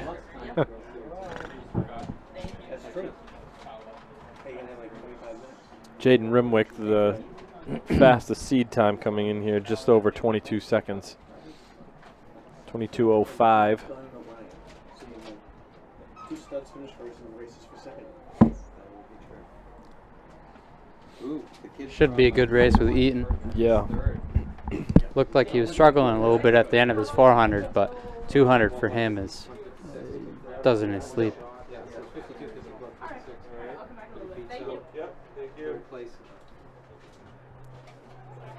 I often thought that with his size, the 300 indoors was probably like his best race. Who was that? Sebastian Eaton. He can handle those tight turns. He's got a much shorter stature. I wonder if he shut it down the 400 once he knew he was. Yeah, maybe.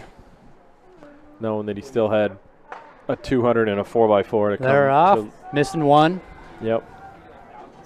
It's like lane Pinkerton out quick. 5. Rumwick. No, lane Eaton lane making it 1 up with the stagger. Yeah. He ain't catching Rimwick. No. Yeah, he's not going to catch him. Some good form, getting those legs up high. Rumwick from Pinkerton. He might have been under 22. There you go. 21.98. Wow. 21.98. Second 22.48 for Eaton. 22.48. In third is Giraldi from Bedford, 23.03. So that's, I think that's the second fastest 200 we've ever seen in New Hampshire. Is it? Off of, Worsley. well, Worsley. Worsley's was quite a bit faster than that. 20.92. Next out on the track, it'll be the girls' 3,200 meter run.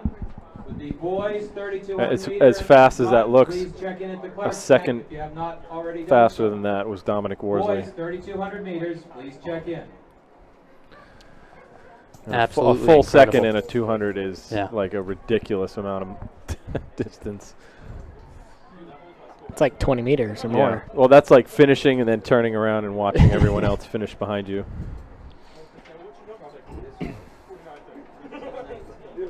All right, girls 3,200. Jackie Gaughan's the favorite here. It's kind of like a battle for second place right now. Jackie Gaughan, Carolyn Fisher, Julia Robitaille, Rebecca Durham, Ariel Zlotnick, Jenica Monesto, Allie Pratt, Kendall Bush, Alex Matsis, Carolyn Toll, Megan Cross, Violet Sullivan, Caroline Mahoney, Katie Belomo, Ariana Bracchio, Alice Riley, Joelle Lafreniere, and Caitlin Callanan. A few big names right up front should make for a good race, or a few races within the race. Oh, she did? Okay. Even Carrie Fisher is a really very solid second place usually. Some bumping and pushing there. Quite a bit. 157.92. It's Looks good like though. Jackie Gaughan actually got squeezed off the line. Yeah, we got a big field today. 156.81. I think this will be the last year with it at 18. I know pretty sure the committee's already voted to move it down to 12 in the future. Or is that might have just been for the 4x8. Noah Bellamo from Alburn, his winning time, 152.45. Oh, I think they would do that, but it would have to be a relay because they wouldn't be able to reduce an individual event. Yep. Otherwise, they'd have to reduce all the events. Yeah, it was close. Russell Brown. It's all right, like the big field. A lot of things to watch with it. So right now, that's Julia Robitaille leading the pack with Gaughan and Durham and Fisher. Gaughan on the outside, looking to come up. Now she's in first. Now she's going to take over. And yeah, pretty so interesting. So long, see ya.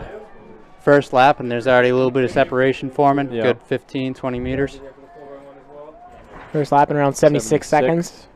76 seconds on the opening 400. Here are the results from the girls 200.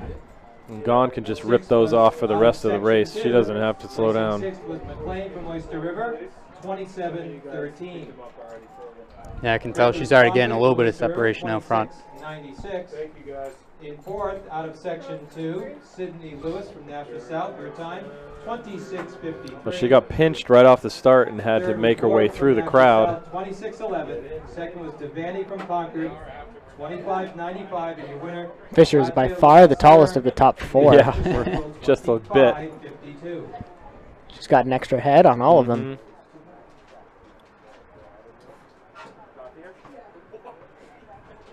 Well, Durham and Fisher going back head-to-head again after their mile. Yeah, Fisher the only one right now sitting on someone's shoulder up front, so see if that will help her.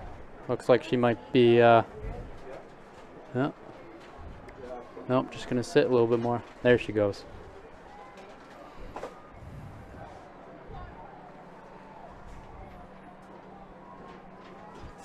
Good, settling in behind her. Yep.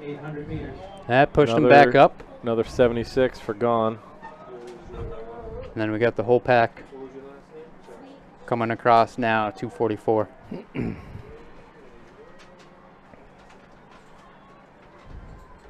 Yeah, remember last week, Rebecca Durham just pretty much let she let Robitaille go. just go. And then she started for a second. and then she just started coming on. But I think later on in that race, I think she figured out, hey, I can be a pretty good 2-miler also. Right. I was a little disappointed because I thought she could run way faster than what she did. And today she's showing that she can. Well, she didn't let Robitaille go this time. She stuck right with her. Again, people at the tent have time during 32 to make up ground.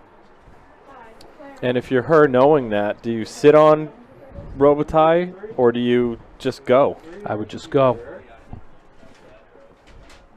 If you feel stronger this early, you might as well go. She's making a move, but it's kind of a tentative move. It's not a... There we go. I'd always been inclined to at least wait until the second mile to start making a forceful move. No reason to go before then. Yeah, and especially if you're in that pack. 350 Gaughan, just ripping them off. See those three coming across as well. Again, big gap between them and the rest of the pack. And the interesting thing is, top 6 spots go to New England, so that whole pack has a chance. There's 2 spots for all those girls. Thank you.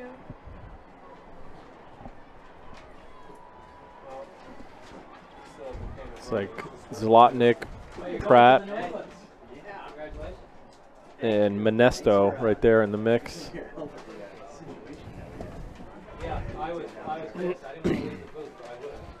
See Patrick O'Brien warming up on the infield.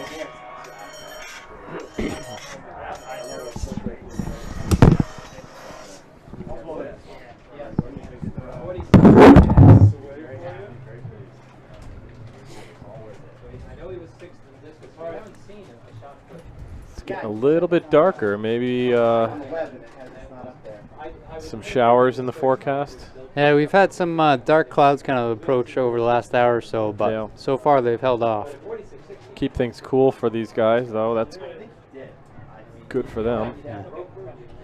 Great weather for the 5:07 through the mile for Jackie Gahn.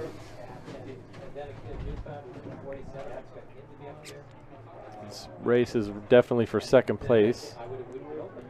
I guess second and Then fifth we got going on. Durham leading Fisher, leading Robitaille. And then a nice big pack in fifth place. Yeah, coming across now, and 5:35 for that chase pack. Yeah, anyone in that large pack still has that chance. No one's trying to make that move yet. We'll see if anything happens now that we're in the second mile. You can see Keen's 3,200 meter pack warming up for the 3,200. Yep. Got 3 or 4 guys running this event. Yeah, great squad coming, especially after their cross-country season.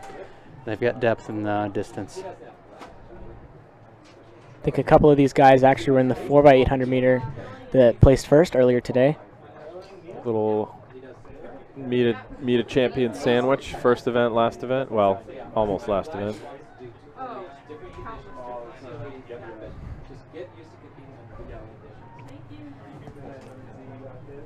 I believe she just came across 6:24. Rebecca Durham definitely did not hesitate to go by Robitaille. Yeah, those three are starting to get some separation. She understands that she's a better 2-miler than she gave herself credit for last weekend. And are we getting some separation in the chase pack? Looks like we have, yeah. It's like Alex Matsis from Milford just made a move and said, I'm not going to wait around. I want to go to New England, so now come and get me. So now one crowd of 6 girls fighting for 7 girls. They're all vying for that one last spot.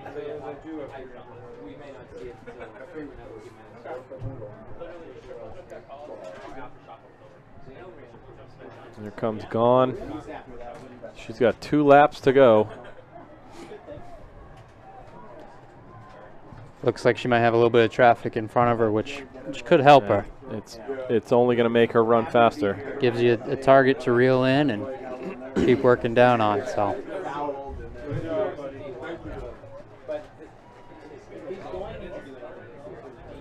The girls' 2-mile state record was one that I didn't think we would see broken for a long time, but not only has Gahn broken it, but she's actually broken it 3 times since breaking it.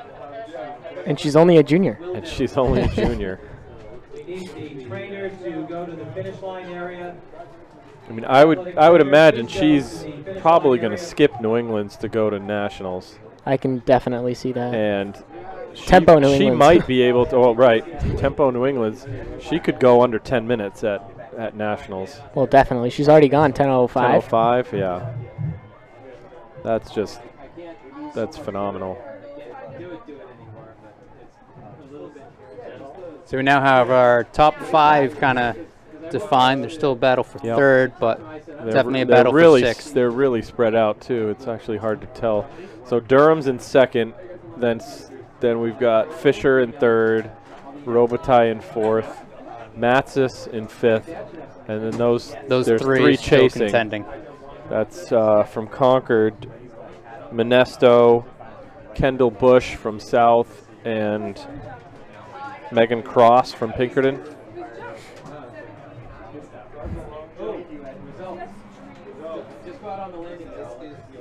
So that 6th place is right now with 3 girls.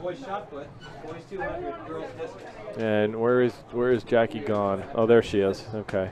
Yep, reeling in some more runners. Yeah, so she's 200 meters out.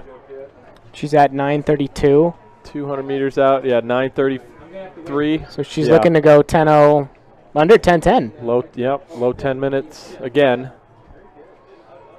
She's definitely not easing off. Nope.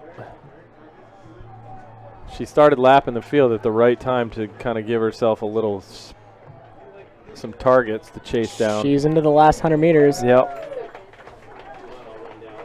Looking strong. Good finish. Yeah. Effortless.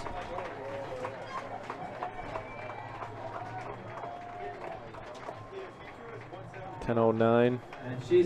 Such a continuous runner. You never see her stop.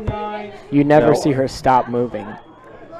And she doesn't change pace very much either. She puts her foot on the gas and goes. Record list says 10:19.97.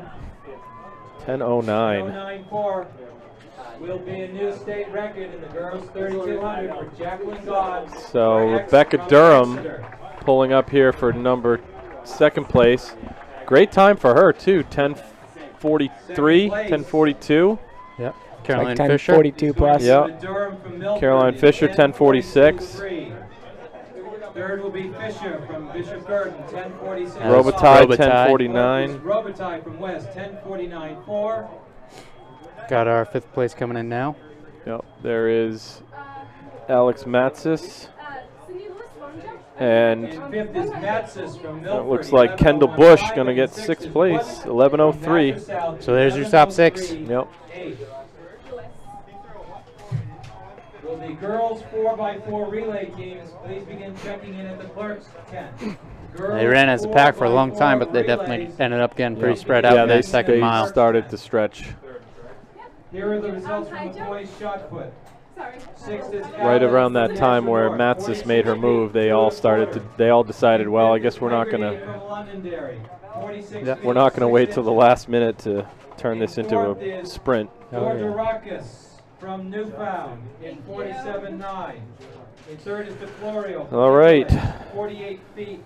So moving to the boys, kind of a same setup. That's what it looks like anyway. The number 1 seed, at least you'd think that. Number 1 seed, Patrick O'Brien, coming in 30 seconds ahead of the number 2 seed, David Vorbach of North. Cameron Starr from Pelham. Forrest McKenzie, Jimmy Mack's son from Concord. Andrew Derry from Keene. Jake Mavasian from Messinic. Tom Vanderslice from Exeter, Tim DeRaps from Keene, Jake Velasquez from Keene, Alex Duncan from Concord, Eli Bosch Dining from Concord, Evan Tangway from Co-Brown, Patrick Bastek from Pinkerton, Florian Bokert from Milford, Dawson Adams from Monadnock, Jacob Huberto from Timberlane, Corey Hawkins from Nashua South, and Wyatt Ferrando from Keene. So Keene's got 4 guys in this race. Yep. Boys now on the track.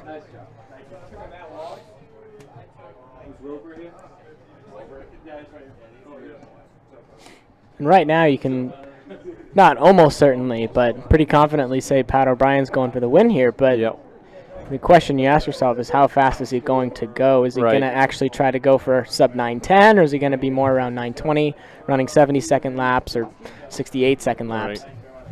Well, because he wants to set himself up for New England's, but how hard does he really want to push it? Well, this is another one of those runners who you don't really know is running at New England's. He could be skipping New England's, go run at Nationals. I mean, with a seed time of 9:04, 9:05, you're going to get into the national meet, possibly even a fast heat of the championship meet. So I was actually a little surprised that he didn't do the 16 this week. Right. because you wouldn't really want to run the 2 mile 3 consecutive weeks, but if he ran the mile this week, ran them both this week, he could not do the 2 mile at New England's, just run the mile at New England's as kind of a speed tune-up, and then do the 2 mile at Nationals. Well, you see the matchup of him and Bellamo in the 1600. It would have been kind of a dream matchup. Really, really good race to watch. Right. But I think Pat knows that he's a 2 mile guy, at least in high school, and he's set on that. Yeah. Because Eli did that very thing. He did the mile at New England's and then did 2 mile at Nationals. Excuse me. Excellent. Discus girls. And that was before the mile at the state meet. He went, I think, 4:09 by himself his senior year, and then at New England's he only went 4:13, 4:14, if I'm right. Yeah, it wasn't as fast. And I'm thinking he probably had in mind that he wanted a good tempo race before his 2 mile at Nationals. Right, and I remember the weather that day was very, very hot down up in Saco, Maine. Right. There was nowhere to go to get out of the heat. No. Even in the shade, it was still like 90 degrees. Your winner, Joey Fodor from Berlin. So O'Brien's pulling Vorbach and Starr with him. That was kind of what Forrest McKenzie was hoping for. And Vorbach and Starr would love, 220, 221. This is exactly what they want. They would love for Pat O'Brien to pull them through in a fast time. Right. They're right at around 9:20 pace right now. Just under. Right. And that's definitely in their wheelhouse. Right, Vorbach with a seed time of 9:33, and I believe he ran faster last year, maybe at the New England's. But both of them, Starr and Vorbach, would love to dip under 9:30, get low 9:20s. Possibly get them into the fast heat at New England's too. Right. Those top three making a little bit of separation. Boys behind them got to decide what they want to do now. Just let them go, or well, it's really all what Patrick does. If he decides he wants to drop down to a 70-second pace, the two of them really should not go with him. Well, that's what they're running right now. They went through the 800 and 221. Oh, right. So I think they can hang on for 70s at least pretty well. But if he starts running 68s, yeah, it looks like he's picking it up now. Next group of guys about 20 meters back. First three in at 3:30. Yep. It's still a perfect pace for those two behind O'Brien. Yep. Group comes in at 3:34.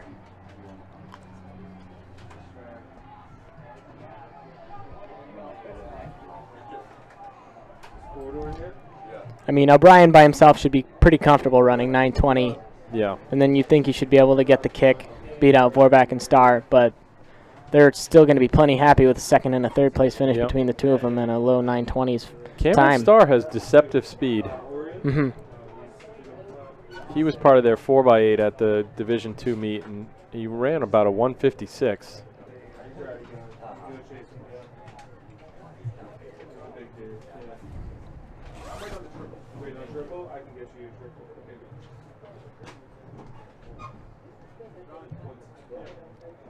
Those three still stand together. A little bit of separation for that fourth spot. And you see a whole bunch of three of those Keene boys. Jake Mavasian, and then three Keene right in there with Florian Bokert from Milford and Forrest McKenzie of Concord. So that's 440. Yep.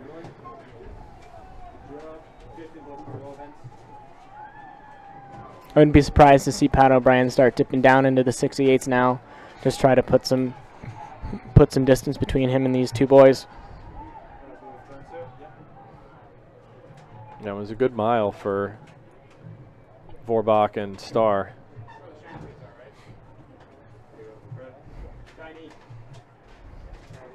They're going to keep it tight, though. Yep, they keep battling, keep getting right on the shoulder with each other. They would love him to stay at that 70-second quarter pace because they can handle that. If he starts running 68s, I think they probably end up falling off. It's just when O'Brien decides to put the hammer down and start moving. And if they want to really put themselves in a good position, they let him go. just keep ripping off their 70s, and they're going to be in really good spot for New England's next week. If they give him chase, they do run the risk of falling back late in the race. Another 72nd quarter from that group of 3. Through in 5:50. Does kind of look like O'Brien's just laboring just a little bit more than he normally does, but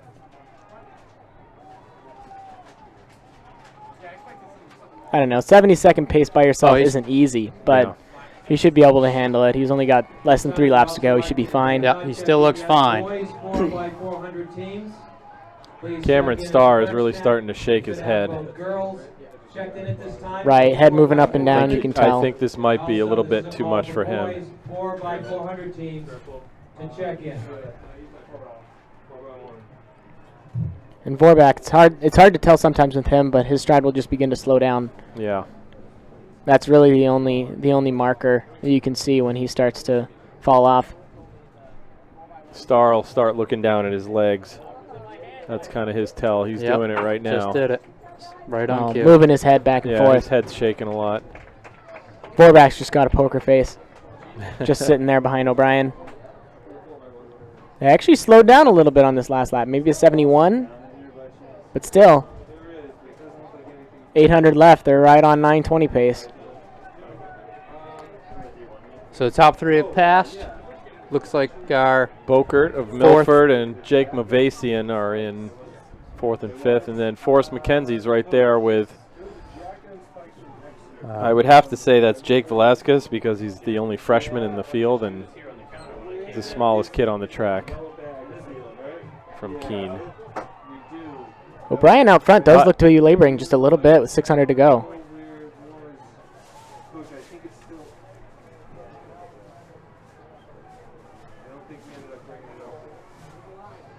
He's got his arms moving, but his head is kind of wobbling back and forth. It's not as smooth as it normally is. You got to wonder if he's laboring after a good state meet. I don't know if Vorback has enough speed to close him back up, but his face isn't giving anything away, though. Patrick's not making any facial. They're through an 8:10. 1 lap to go. And that's perfect 920 pace right there. Vorback's holding him. Yeah, he actually closed a little bit around the turn. O'Brien's having a little bit of trouble getting away. Looks like he's moving now, though. He found that next gear.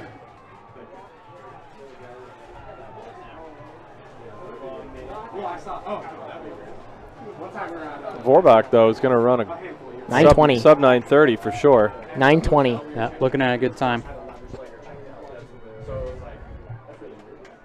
Vorback just hit 70s. Yep. Vorback, best time of the season is at 9:33.76. Looking to improve on that here. O'Brien could be looking at around 9:15. This is Patrick O'Brien from Oyster River. Across the line. 9:14. 9:14.55. Time of 9:14.50. Vorback doing 9:19. Just under 9:20. He's got to be very happy with that right now. 9:19.16. Cameron Starr. 9:31 for 9:32. Oh, good battle going on right now for our 4th spot. 4th. 4th, 5th, 6th right there.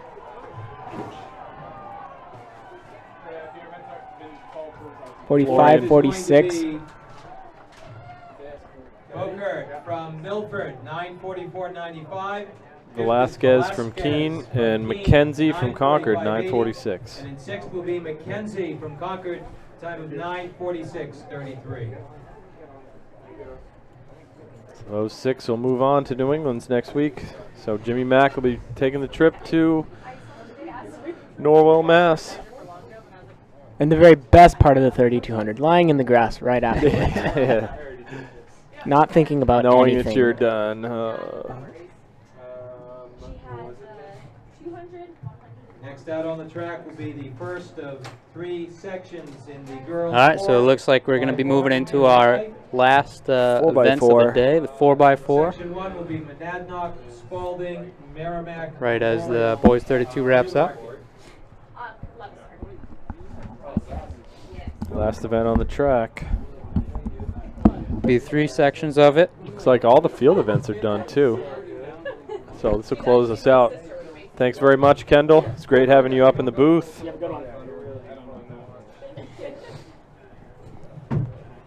Absolutely appreciate Kendall's help today. Makes it a lot easier having others to share the load. I tell you, it's great. This whole season, we've, especially near the end, we've had a lot of help from some graduates, some college students coming back and showing their support for the state, and they got a ton of knowledge on it, and they're showing it. You know, they know the kids raced against them, so we appreciate everyone who helps us out.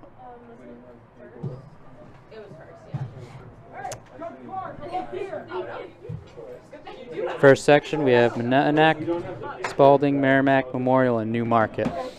They're off now. Top seed Merrimack coming in, 4:17. Spalding's got a chance. They also got a time at right around 4:17, I believe. Yep. And you'll see too. I mean, sometimes it helps though that Saoli Wright, winning that 300 hurdles, the hometown crowd. Yep. Merrimack's running very strong here on the opening leg. Yeah, I'm expecting some fast times today with the 4x4. A lot of times with the 4x4, you'll have people double and triple and back to it. But today, with the high quality of the meet, there might be some people who this is their first event of the day and be ready to go. Speaking of ready to go, Merrimack running really strong in this first leg. Good first leg. Out of 61, 62 for their first leg. Yeah, again with this we have a 3-turn stagger going on, so they won't quite cut in, so they get over to the start of the 300 area. From Londonderry, 8 feet 9. In 4th place was Shaughnessy from Nashua South, 9 feet 3 inches. There was a tie for second between Nidam of Winnicott and Moore from Londonderry, both with jumps of 9 feet 3 inches. Merrimack's still out in front, but from Hanover, with a winning jump I believe of that's 10 Spalding feet, coming 6 up on inches. them. I realize they're running as time here, not Julia?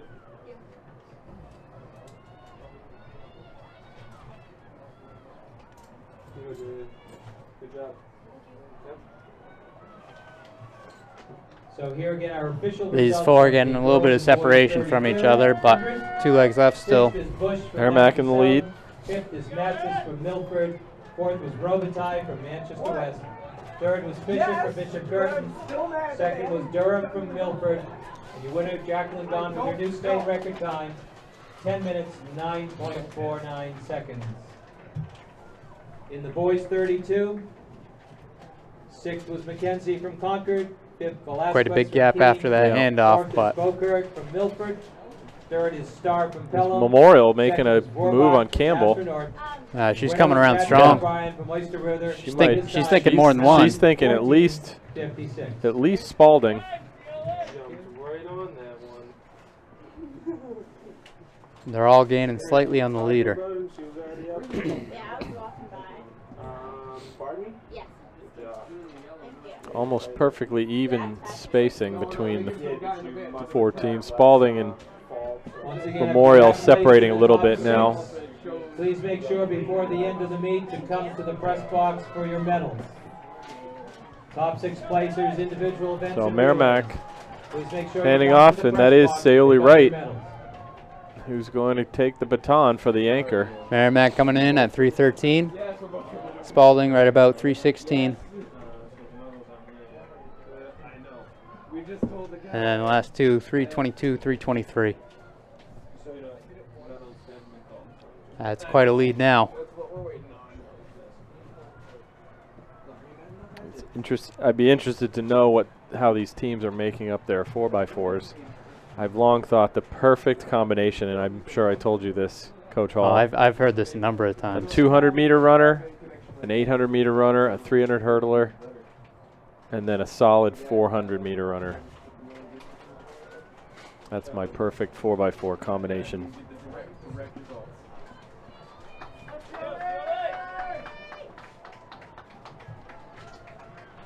And if that's theirs, this is their 300-meter hurdler. Yep. And that is Merrimack. They're going to run a great time for this first Wow. leg. Around a 4:13. Coming in at 4:17, Yeah. change it down to about a 4:13, 4:4. 4:13.44. That puts the pressure on the next two heats. Second will be Spalding, 4:18.79. In third will And be the other Memorial, teams are capable of running 4:25.38. sub 4:05. Fourth will be Newmarket, 4:28. I think again it comes down to, you know, you might have one or two legs that are completely fresh today. And that can be a second or two, and as we saw there, I don't know who's done what today with them, but they improved quite a bit. Some of these teams also might be just looking to not win necessarily, but place in that top 6 and be able to get to New England's. Absolutely. In section 2 of the girls 4x4. We'll see Bianca Williams from Milford hobbling across the track wearing a brace on her left thigh. I wonder if that's why she didn't do the 200, because she was going to save things for the 4x4. Try to help her team get to New England's. Yeah, it's great to see a team effort like that. It's always my favorite part of track is when you have the opportunity to be selfless like that. Right. And step up when you need to. It's great to see. In this second heat, we have Keene, Nashua South, Merrimack Valley, Concord, Milford, and Guilford. Yeah, they're off. Sometimes, ironically, stepping up for the team means doing more events. Oh, yeah. Particularly in a team championship. No, when it's team scored, you know, you might be doing that 4 events when normally you only do 3. Right. Different circumstances, it means doing it for the team means a very different thing. Having started your finals at 4:30, we are 2 hours, 10 minutes later. That's not bad. That looks like Milford right now. Yep. Out front. Again, we got a 3-turn staggered here. Yep. A little bit hard to tell in the first lap where people are, but looking for those blue triangles on the turn. That's the end of their exchange zone. So somewhere right in the middle of that is that 400 split. yeah, looks like those top 2 teams right about even right now. About a 64 for that first leg. Concord's closed up that gap with Milford. Yep. Looks like Milford will be first to the brake line, though. Ran a good turn there to make sure of that. Is that Milford, Concord, and then Merrimack Valley in third? Yeah, 4 seconds faster than they've run this year. Too bad they weren't running against anybody. Yep, and again, coming into this section, Concord had the best time of the season at 4:14.04. Merrimack's 4:13 though, better's that. That and boys triple. Yeah, In have that to first see if they heat. can. So these teams know that they have to. They got to improve. Got to improve. So Concord, Merrimack Valley, and Milford. Concord passing out first at about 2:08.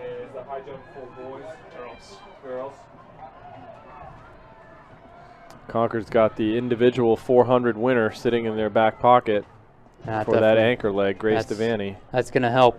That will be big. But again, it's you're racing against the clock right now, not necessarily the other team. So have to be able to keep that pressure on without feeling anyone behind you. We've got Milford in second and Merrimack Valley in third. Looks like Christy Schofield anchoring her team, as well as Bianca Williams from Milford. Yeah, some great runners. Grace Devaney. Great runners on this anchor leg. Yeah.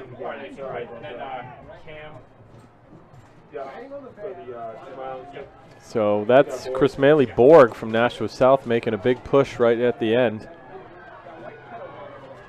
Oh, here we go. This is going to be a tight eating up handoff. the field. Yeah, this is going to be. Oh, all coming down to the anchor now. Yeah, one lap to go. And Grace Devaney gets the baton. Need those good handoffs. Looks like everyone's okay. Christy Schofield beat her to the corner. And they're both very good 400 runners. Both capable of sub 58. Concord trying to make that move on the outside. Yep. Schofield shut it off, though. Schofield not allowing it. Let's see what happens after this turn. Just got to get tight to that shoulder and try and roll off. Schofield's looking good, though. Yeah. It's tough to beat somebody with her finishing speed if you don't get by her on that first move. Yeah, Schofield looks very much in control.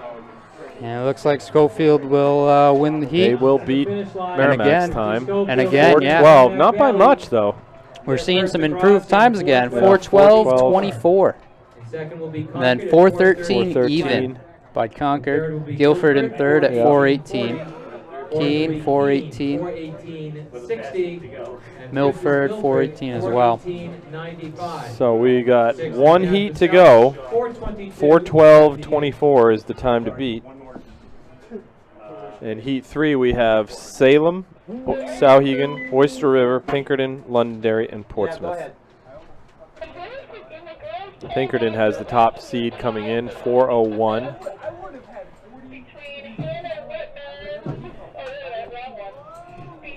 Yeah, 4:01 is quite a bit faster than what we've seen so far. I'd love to see him get under 4. It's been a few years since we have had a sub 4-minute girls 4x4. There was a span in the around 2012, 2011, 2013 where it seemed like several teams were able to do that. Bishop Girton ran several. Bedford ran a couple of sub 4 minutes. We have Salem, Oyster River. With most events in track, you know, you start getting some faster times in one area, and it kind of pushes the rest of the field to improve upon it, and always makes it more exciting. Hanover and Lebanon have also run sub 4-minute 4x4s. Now, just going to call down. They said there was a tie for 6th. Oh, yeah, I didn't read it properly. And runners getting into their blocks, those of them using them. I didn't see the 2 6s. It's like only 2 teams using blocks for this, Oyster River and Salem. And they're off.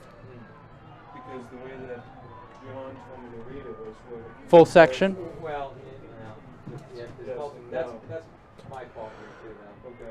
I should have called the tie for 3-turn stagger, hard to see stuff, but I'll tell you right now, lanes 1 and 2 looks Salem's pulled up even with Oyster River, so Salem has made up their stagger. Final results, there was a tie for 6th place, between Moran of Like Winnicott Souhegan and might have made up their stagger on Pinkerton too. 8 feet 9 inches. Hopefully, one of them will forget to come. Do they both make the Yes, ties for the. I think so, but I was don't. talking to one of them mom and she was wondering whether Don't quote me on that. At 8, 9. 1 turn left in the stagger, but right now for the handoffs is Souhegan, Portsmouth. still pretty close. I hope Good close race coming into the first handoff. At about 60 seconds. 62, 61. The opening leg. That's Elise Lambert from Souhegan. she's on our curriculum committee meeting to teach us how to Salem. Not having a cut in. I read off as just a 6. I didn't Salem see the actually the slowest seed time of this heat, and I would have read it as a tie. but they're running really well. Oyster River falling off a bit. They had one of the faster times coming in today. So Dave, you talked about your ideal setup for the 4 athletes doing it. Now tell me, if you get those, what are you looking at for an order with it? Does it matter, or what's your strategy with that? Preferably, if you're 800-meter runner, is in the 154, 155 range. I would probably anchor with them. Sauhegan passing out first at about a 204. But it all depends on how fast your 400 runner is, really.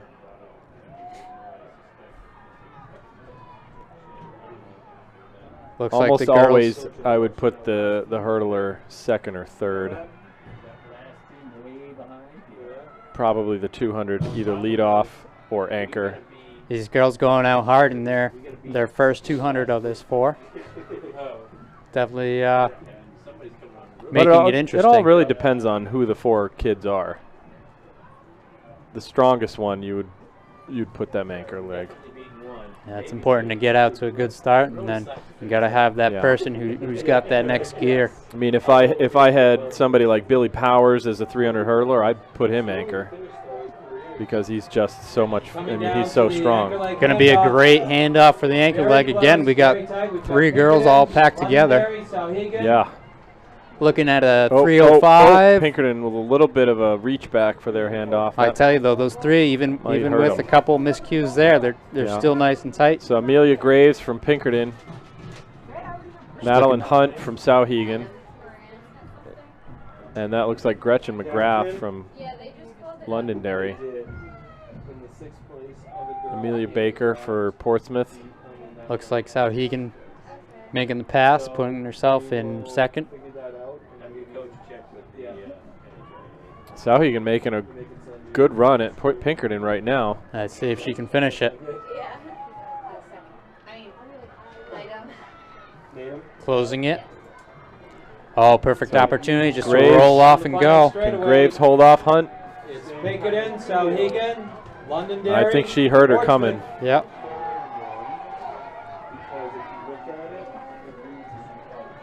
So this is going to be Pinkerton, Sauhegan, Pinkerton, Londonderry, Portsmouth. Pinkerton in at 404.53. Sauhegan 405.22. Merrimack Valley is going to. Merrimack Valley will go to New England's with their 412. We got Londonderry in at 408.13. Portsmouth at 408.73. Oyster River 418.75, and Salem in at 419.71. And move up Merrimack Valley and Concord, who both went sub 413. Yep. They'll be moving on to New England's.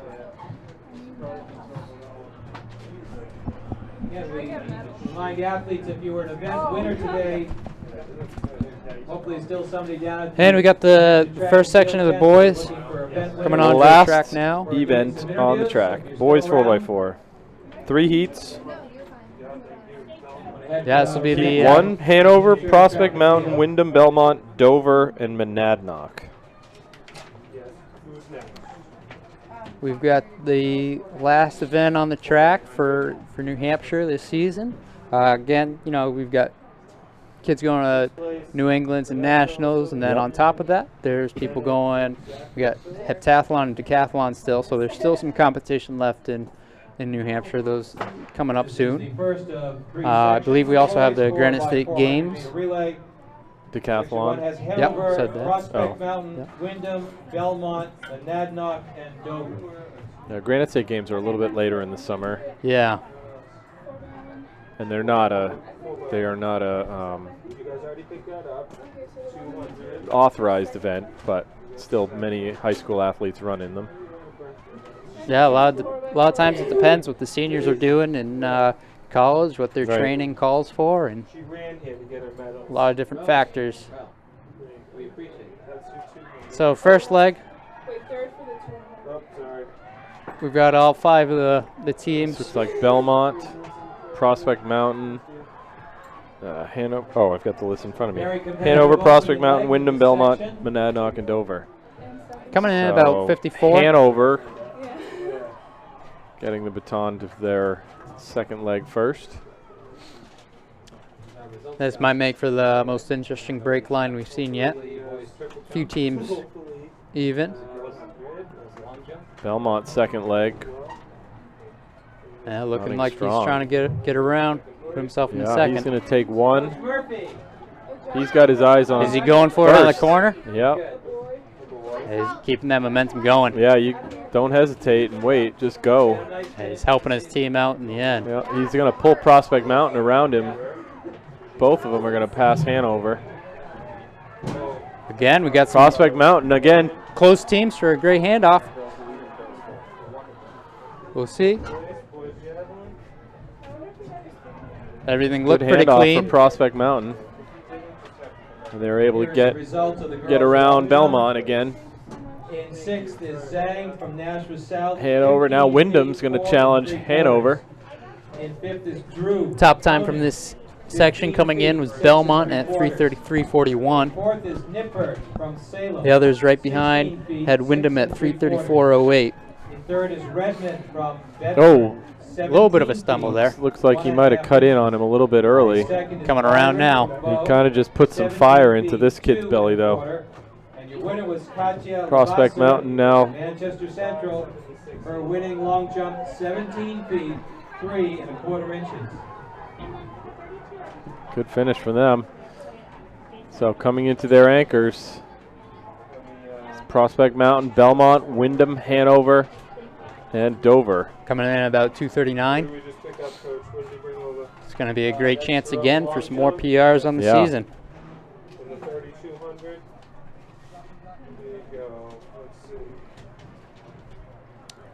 This race we've seen a lot of back and forths.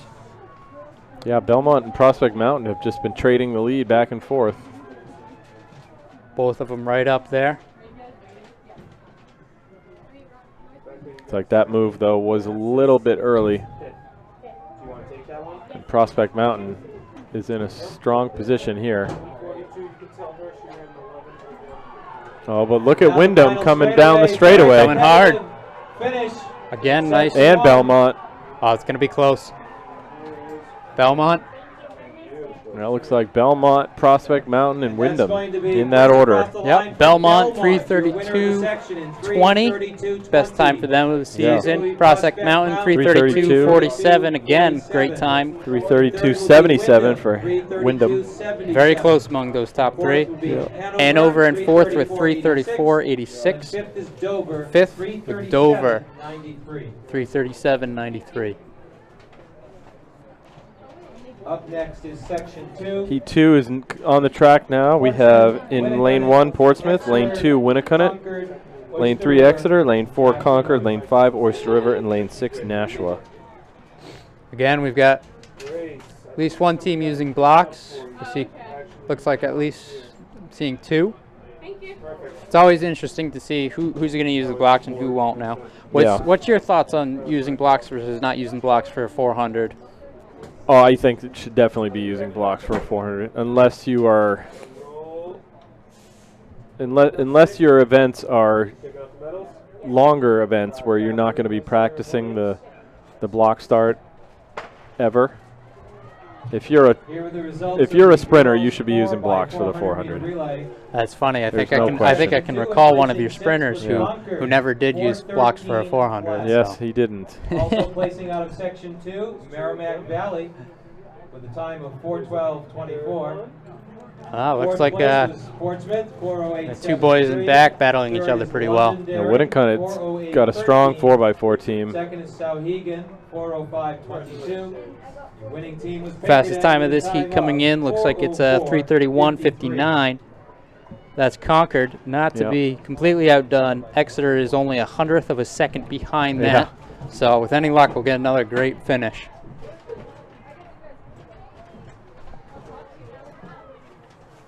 Pretty close for the opening leg. About a 52. Winnicott, about 52 for their opening leg. Results of the boys triple jump. Winnicott looking good. Perry from Bow, 40 feet, 8.5 inches. Concord looking good. Concord's second leg opened really strong. Arell from Pinkerton, 40 feet, 10. Concord getting out in front. Gets a nice clean break. Exeter, wow. Exeter is flying up there. 3.5 inches. He's going right around. He wants all of them. 41 feet, 5.5 Fourth to first in one move. Yeah, that was a great 100 stretch for him. Looks like Noah Strout from Oyster River running. Is Tristan Delissima from Nashua North. His winning jump, 46 feet, 4.25 inches. Winnicott Here coming we back. come, Winnicott coming back strong. Concord coming up too. Again, we got 3 people right at the line. That's Philip Antonio. About a 146, 147. Taking their baton. Winnicott comes out in front. And what did I say about Billy Powers? I'd have him anchor too.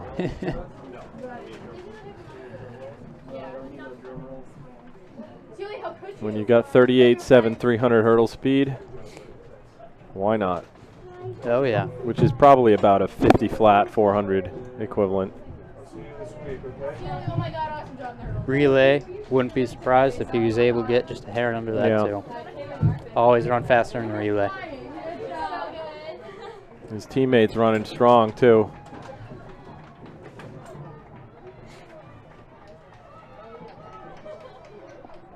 Yeah, Winnicott, Exeter, Concord.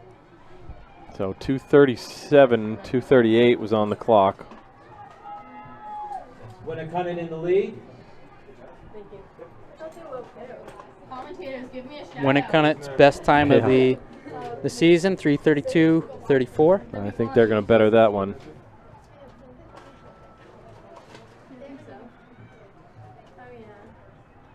Just smooth.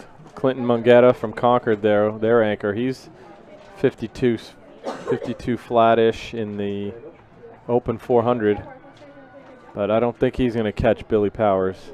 No.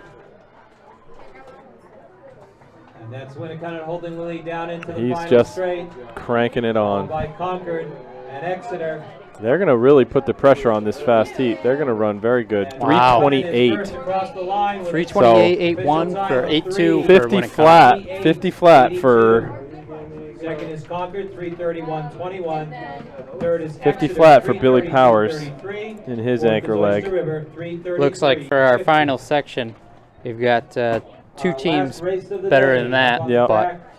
But the rest of them right around 330. Yep, 329, 330. Yeah. So in that last heat, we're looking at Merrimack lane 1, Co-Brown lane 2, Bedford lane 3, Pinkerton lane 4, Trinity lane 5, and Keene lane 6. Bedford and Pinkerton both come in with 325 and 323 respectively.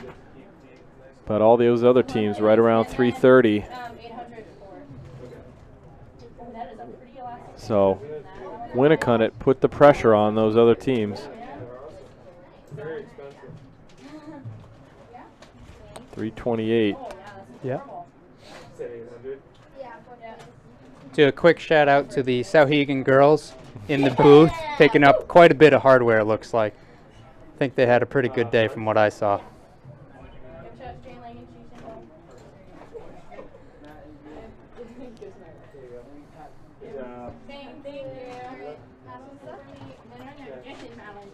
Seeing 1 runner with blocks. Looks like Pinkerton is the only team who's got. Oh no! Out there in lane 6, Keene has blocks too.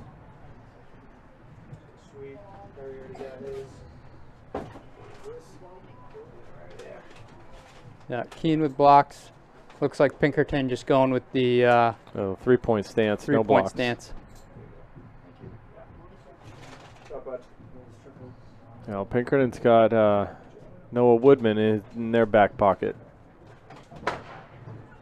I like their chances here. Yeah, I should see some good times in this one. The only kid in the state who's run sub 49.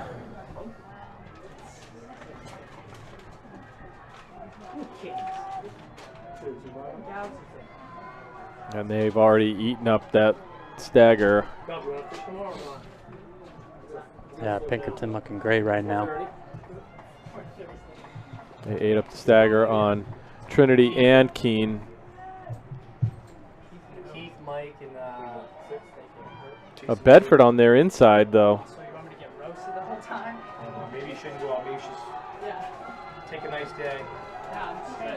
Keene, Keene's making a move here at the end. Pinkerton and Bedford. Return is tough to tell. 51 for the opening leg. Some good handoffs. Oh yeah, coming around quick now.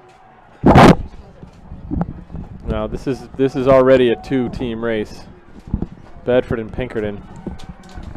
All right, I'm back. I'm going to call it Pinkerton. All right. Yeah, you're going to call it Pinkerton? Yep. I like the chances when you got a kid who can run 48 Well, you get your in a 400. You get your 2 best coming up. Yeah. Bedford's tough, though. They're not giving up. No, they're tough. So we got Sebastian Eaton for Trinity lining up in in the third leg. Yep. Followed by Tim Zeff, but that's Jaden Rimwick for Pinkerton. 200-meter champion, 21.92, so you know he's got a good 400 in him. Yeah, it's going to be a good race right here. 143, they took the baton through. So Trinity moved from 5th to 3rd. Eaton trying to move up. One word. Yeah, Eaton wants Bedford.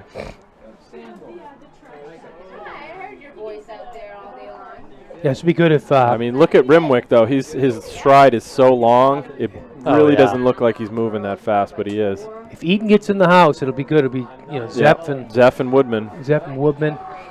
And Giraldi from Bedford is in there too. Yeah, this would be a good race. Rumwick, he's still very tight. He's holding on, but not by much. Bedford's tough. Yeah, Bedford is really tough. Final leg.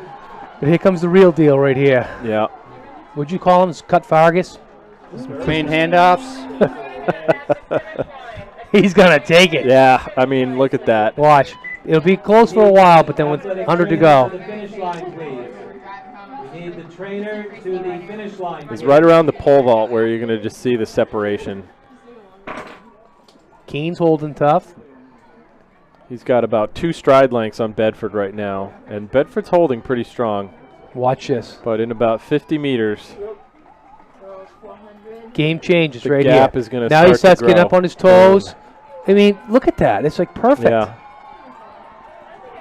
Kid from High Bedford's, knee. Look at the knees, the knee lift Kid still. from Bedford's no joke though either. No, Giraldi's not. But look at that time. 3:23. Is that a state record? Pretty close. Pretty darn close. And it looks like Pinkerton 3:23.17, Bedford 3:24.25, Trinity 3:25.82, Keene 3:27.92. Did Pinkerton break their own state record last week at D1s? I don't know. I smell a state record. Because 3:23 from 2014, but I think they bettered that last week at Division 1. I don't think they did. No? No. I think that's a new state record. Could be a new state record. Yes, it does look like Pinkerton had the old state record, 3:23.34 in 2014. So nothing like ending the day with a new state record. It's a great way to end it. And with that, you know, we'd like to thank again our sponsor, Trigger Pin. Also like to thank Lanes for timing for their help with getting the clock up and having all those results that we can give to you right on the screen. Like to thank, you know, again, all of our college people coming back, helping out. Runners Alley, of course. We wouldn't be able to do any of this without Runners Alley. They were powered by Runners Alley. Yeah, 3:23.92 last week. So definitely like to, you know, thank all of the interviewers that we've had over the year, all of the people who've taken pictures, submitted pictures. All of our announcers, we've had a variety of different people, and every week it's been great to hear different points and been a good inaugural year. Absolutely. I look forward to doing it again next year. Well, we'll be back in the fall, but with a different name, New Hampshire Cross Country. Yep. Looking to you know, every year kind of improve and get a little bit more coverage as much as we can. Adding more features as we go. 6th is Co Brown in time of 33:30. One of these days we'll have that drone that we can use to, or a helicopter, so we can. I'm waiting. Could fly above Derryfield Park and watch the whole race on a helicopter. Jimmy, you got any connections? Well, it's you know anybody who's got a helicopter? Yeah. I do have some drone capabilities, but I don't know if that's. I think NHIA won't allow it. Right. Yeah. I too many people underneath. I work for UNH on the part-time, and we actually took a drone last summer, and we followed a basking shark for like 3 miles, like 2 feet over its head along the ocean. Off the coast? Yeah, off the coast. Yeah, It was nice. just, it was incredible. Some of the things that you can do with those things. That's awesome. All right. Well, we'd like to again thank you guys for checking us out.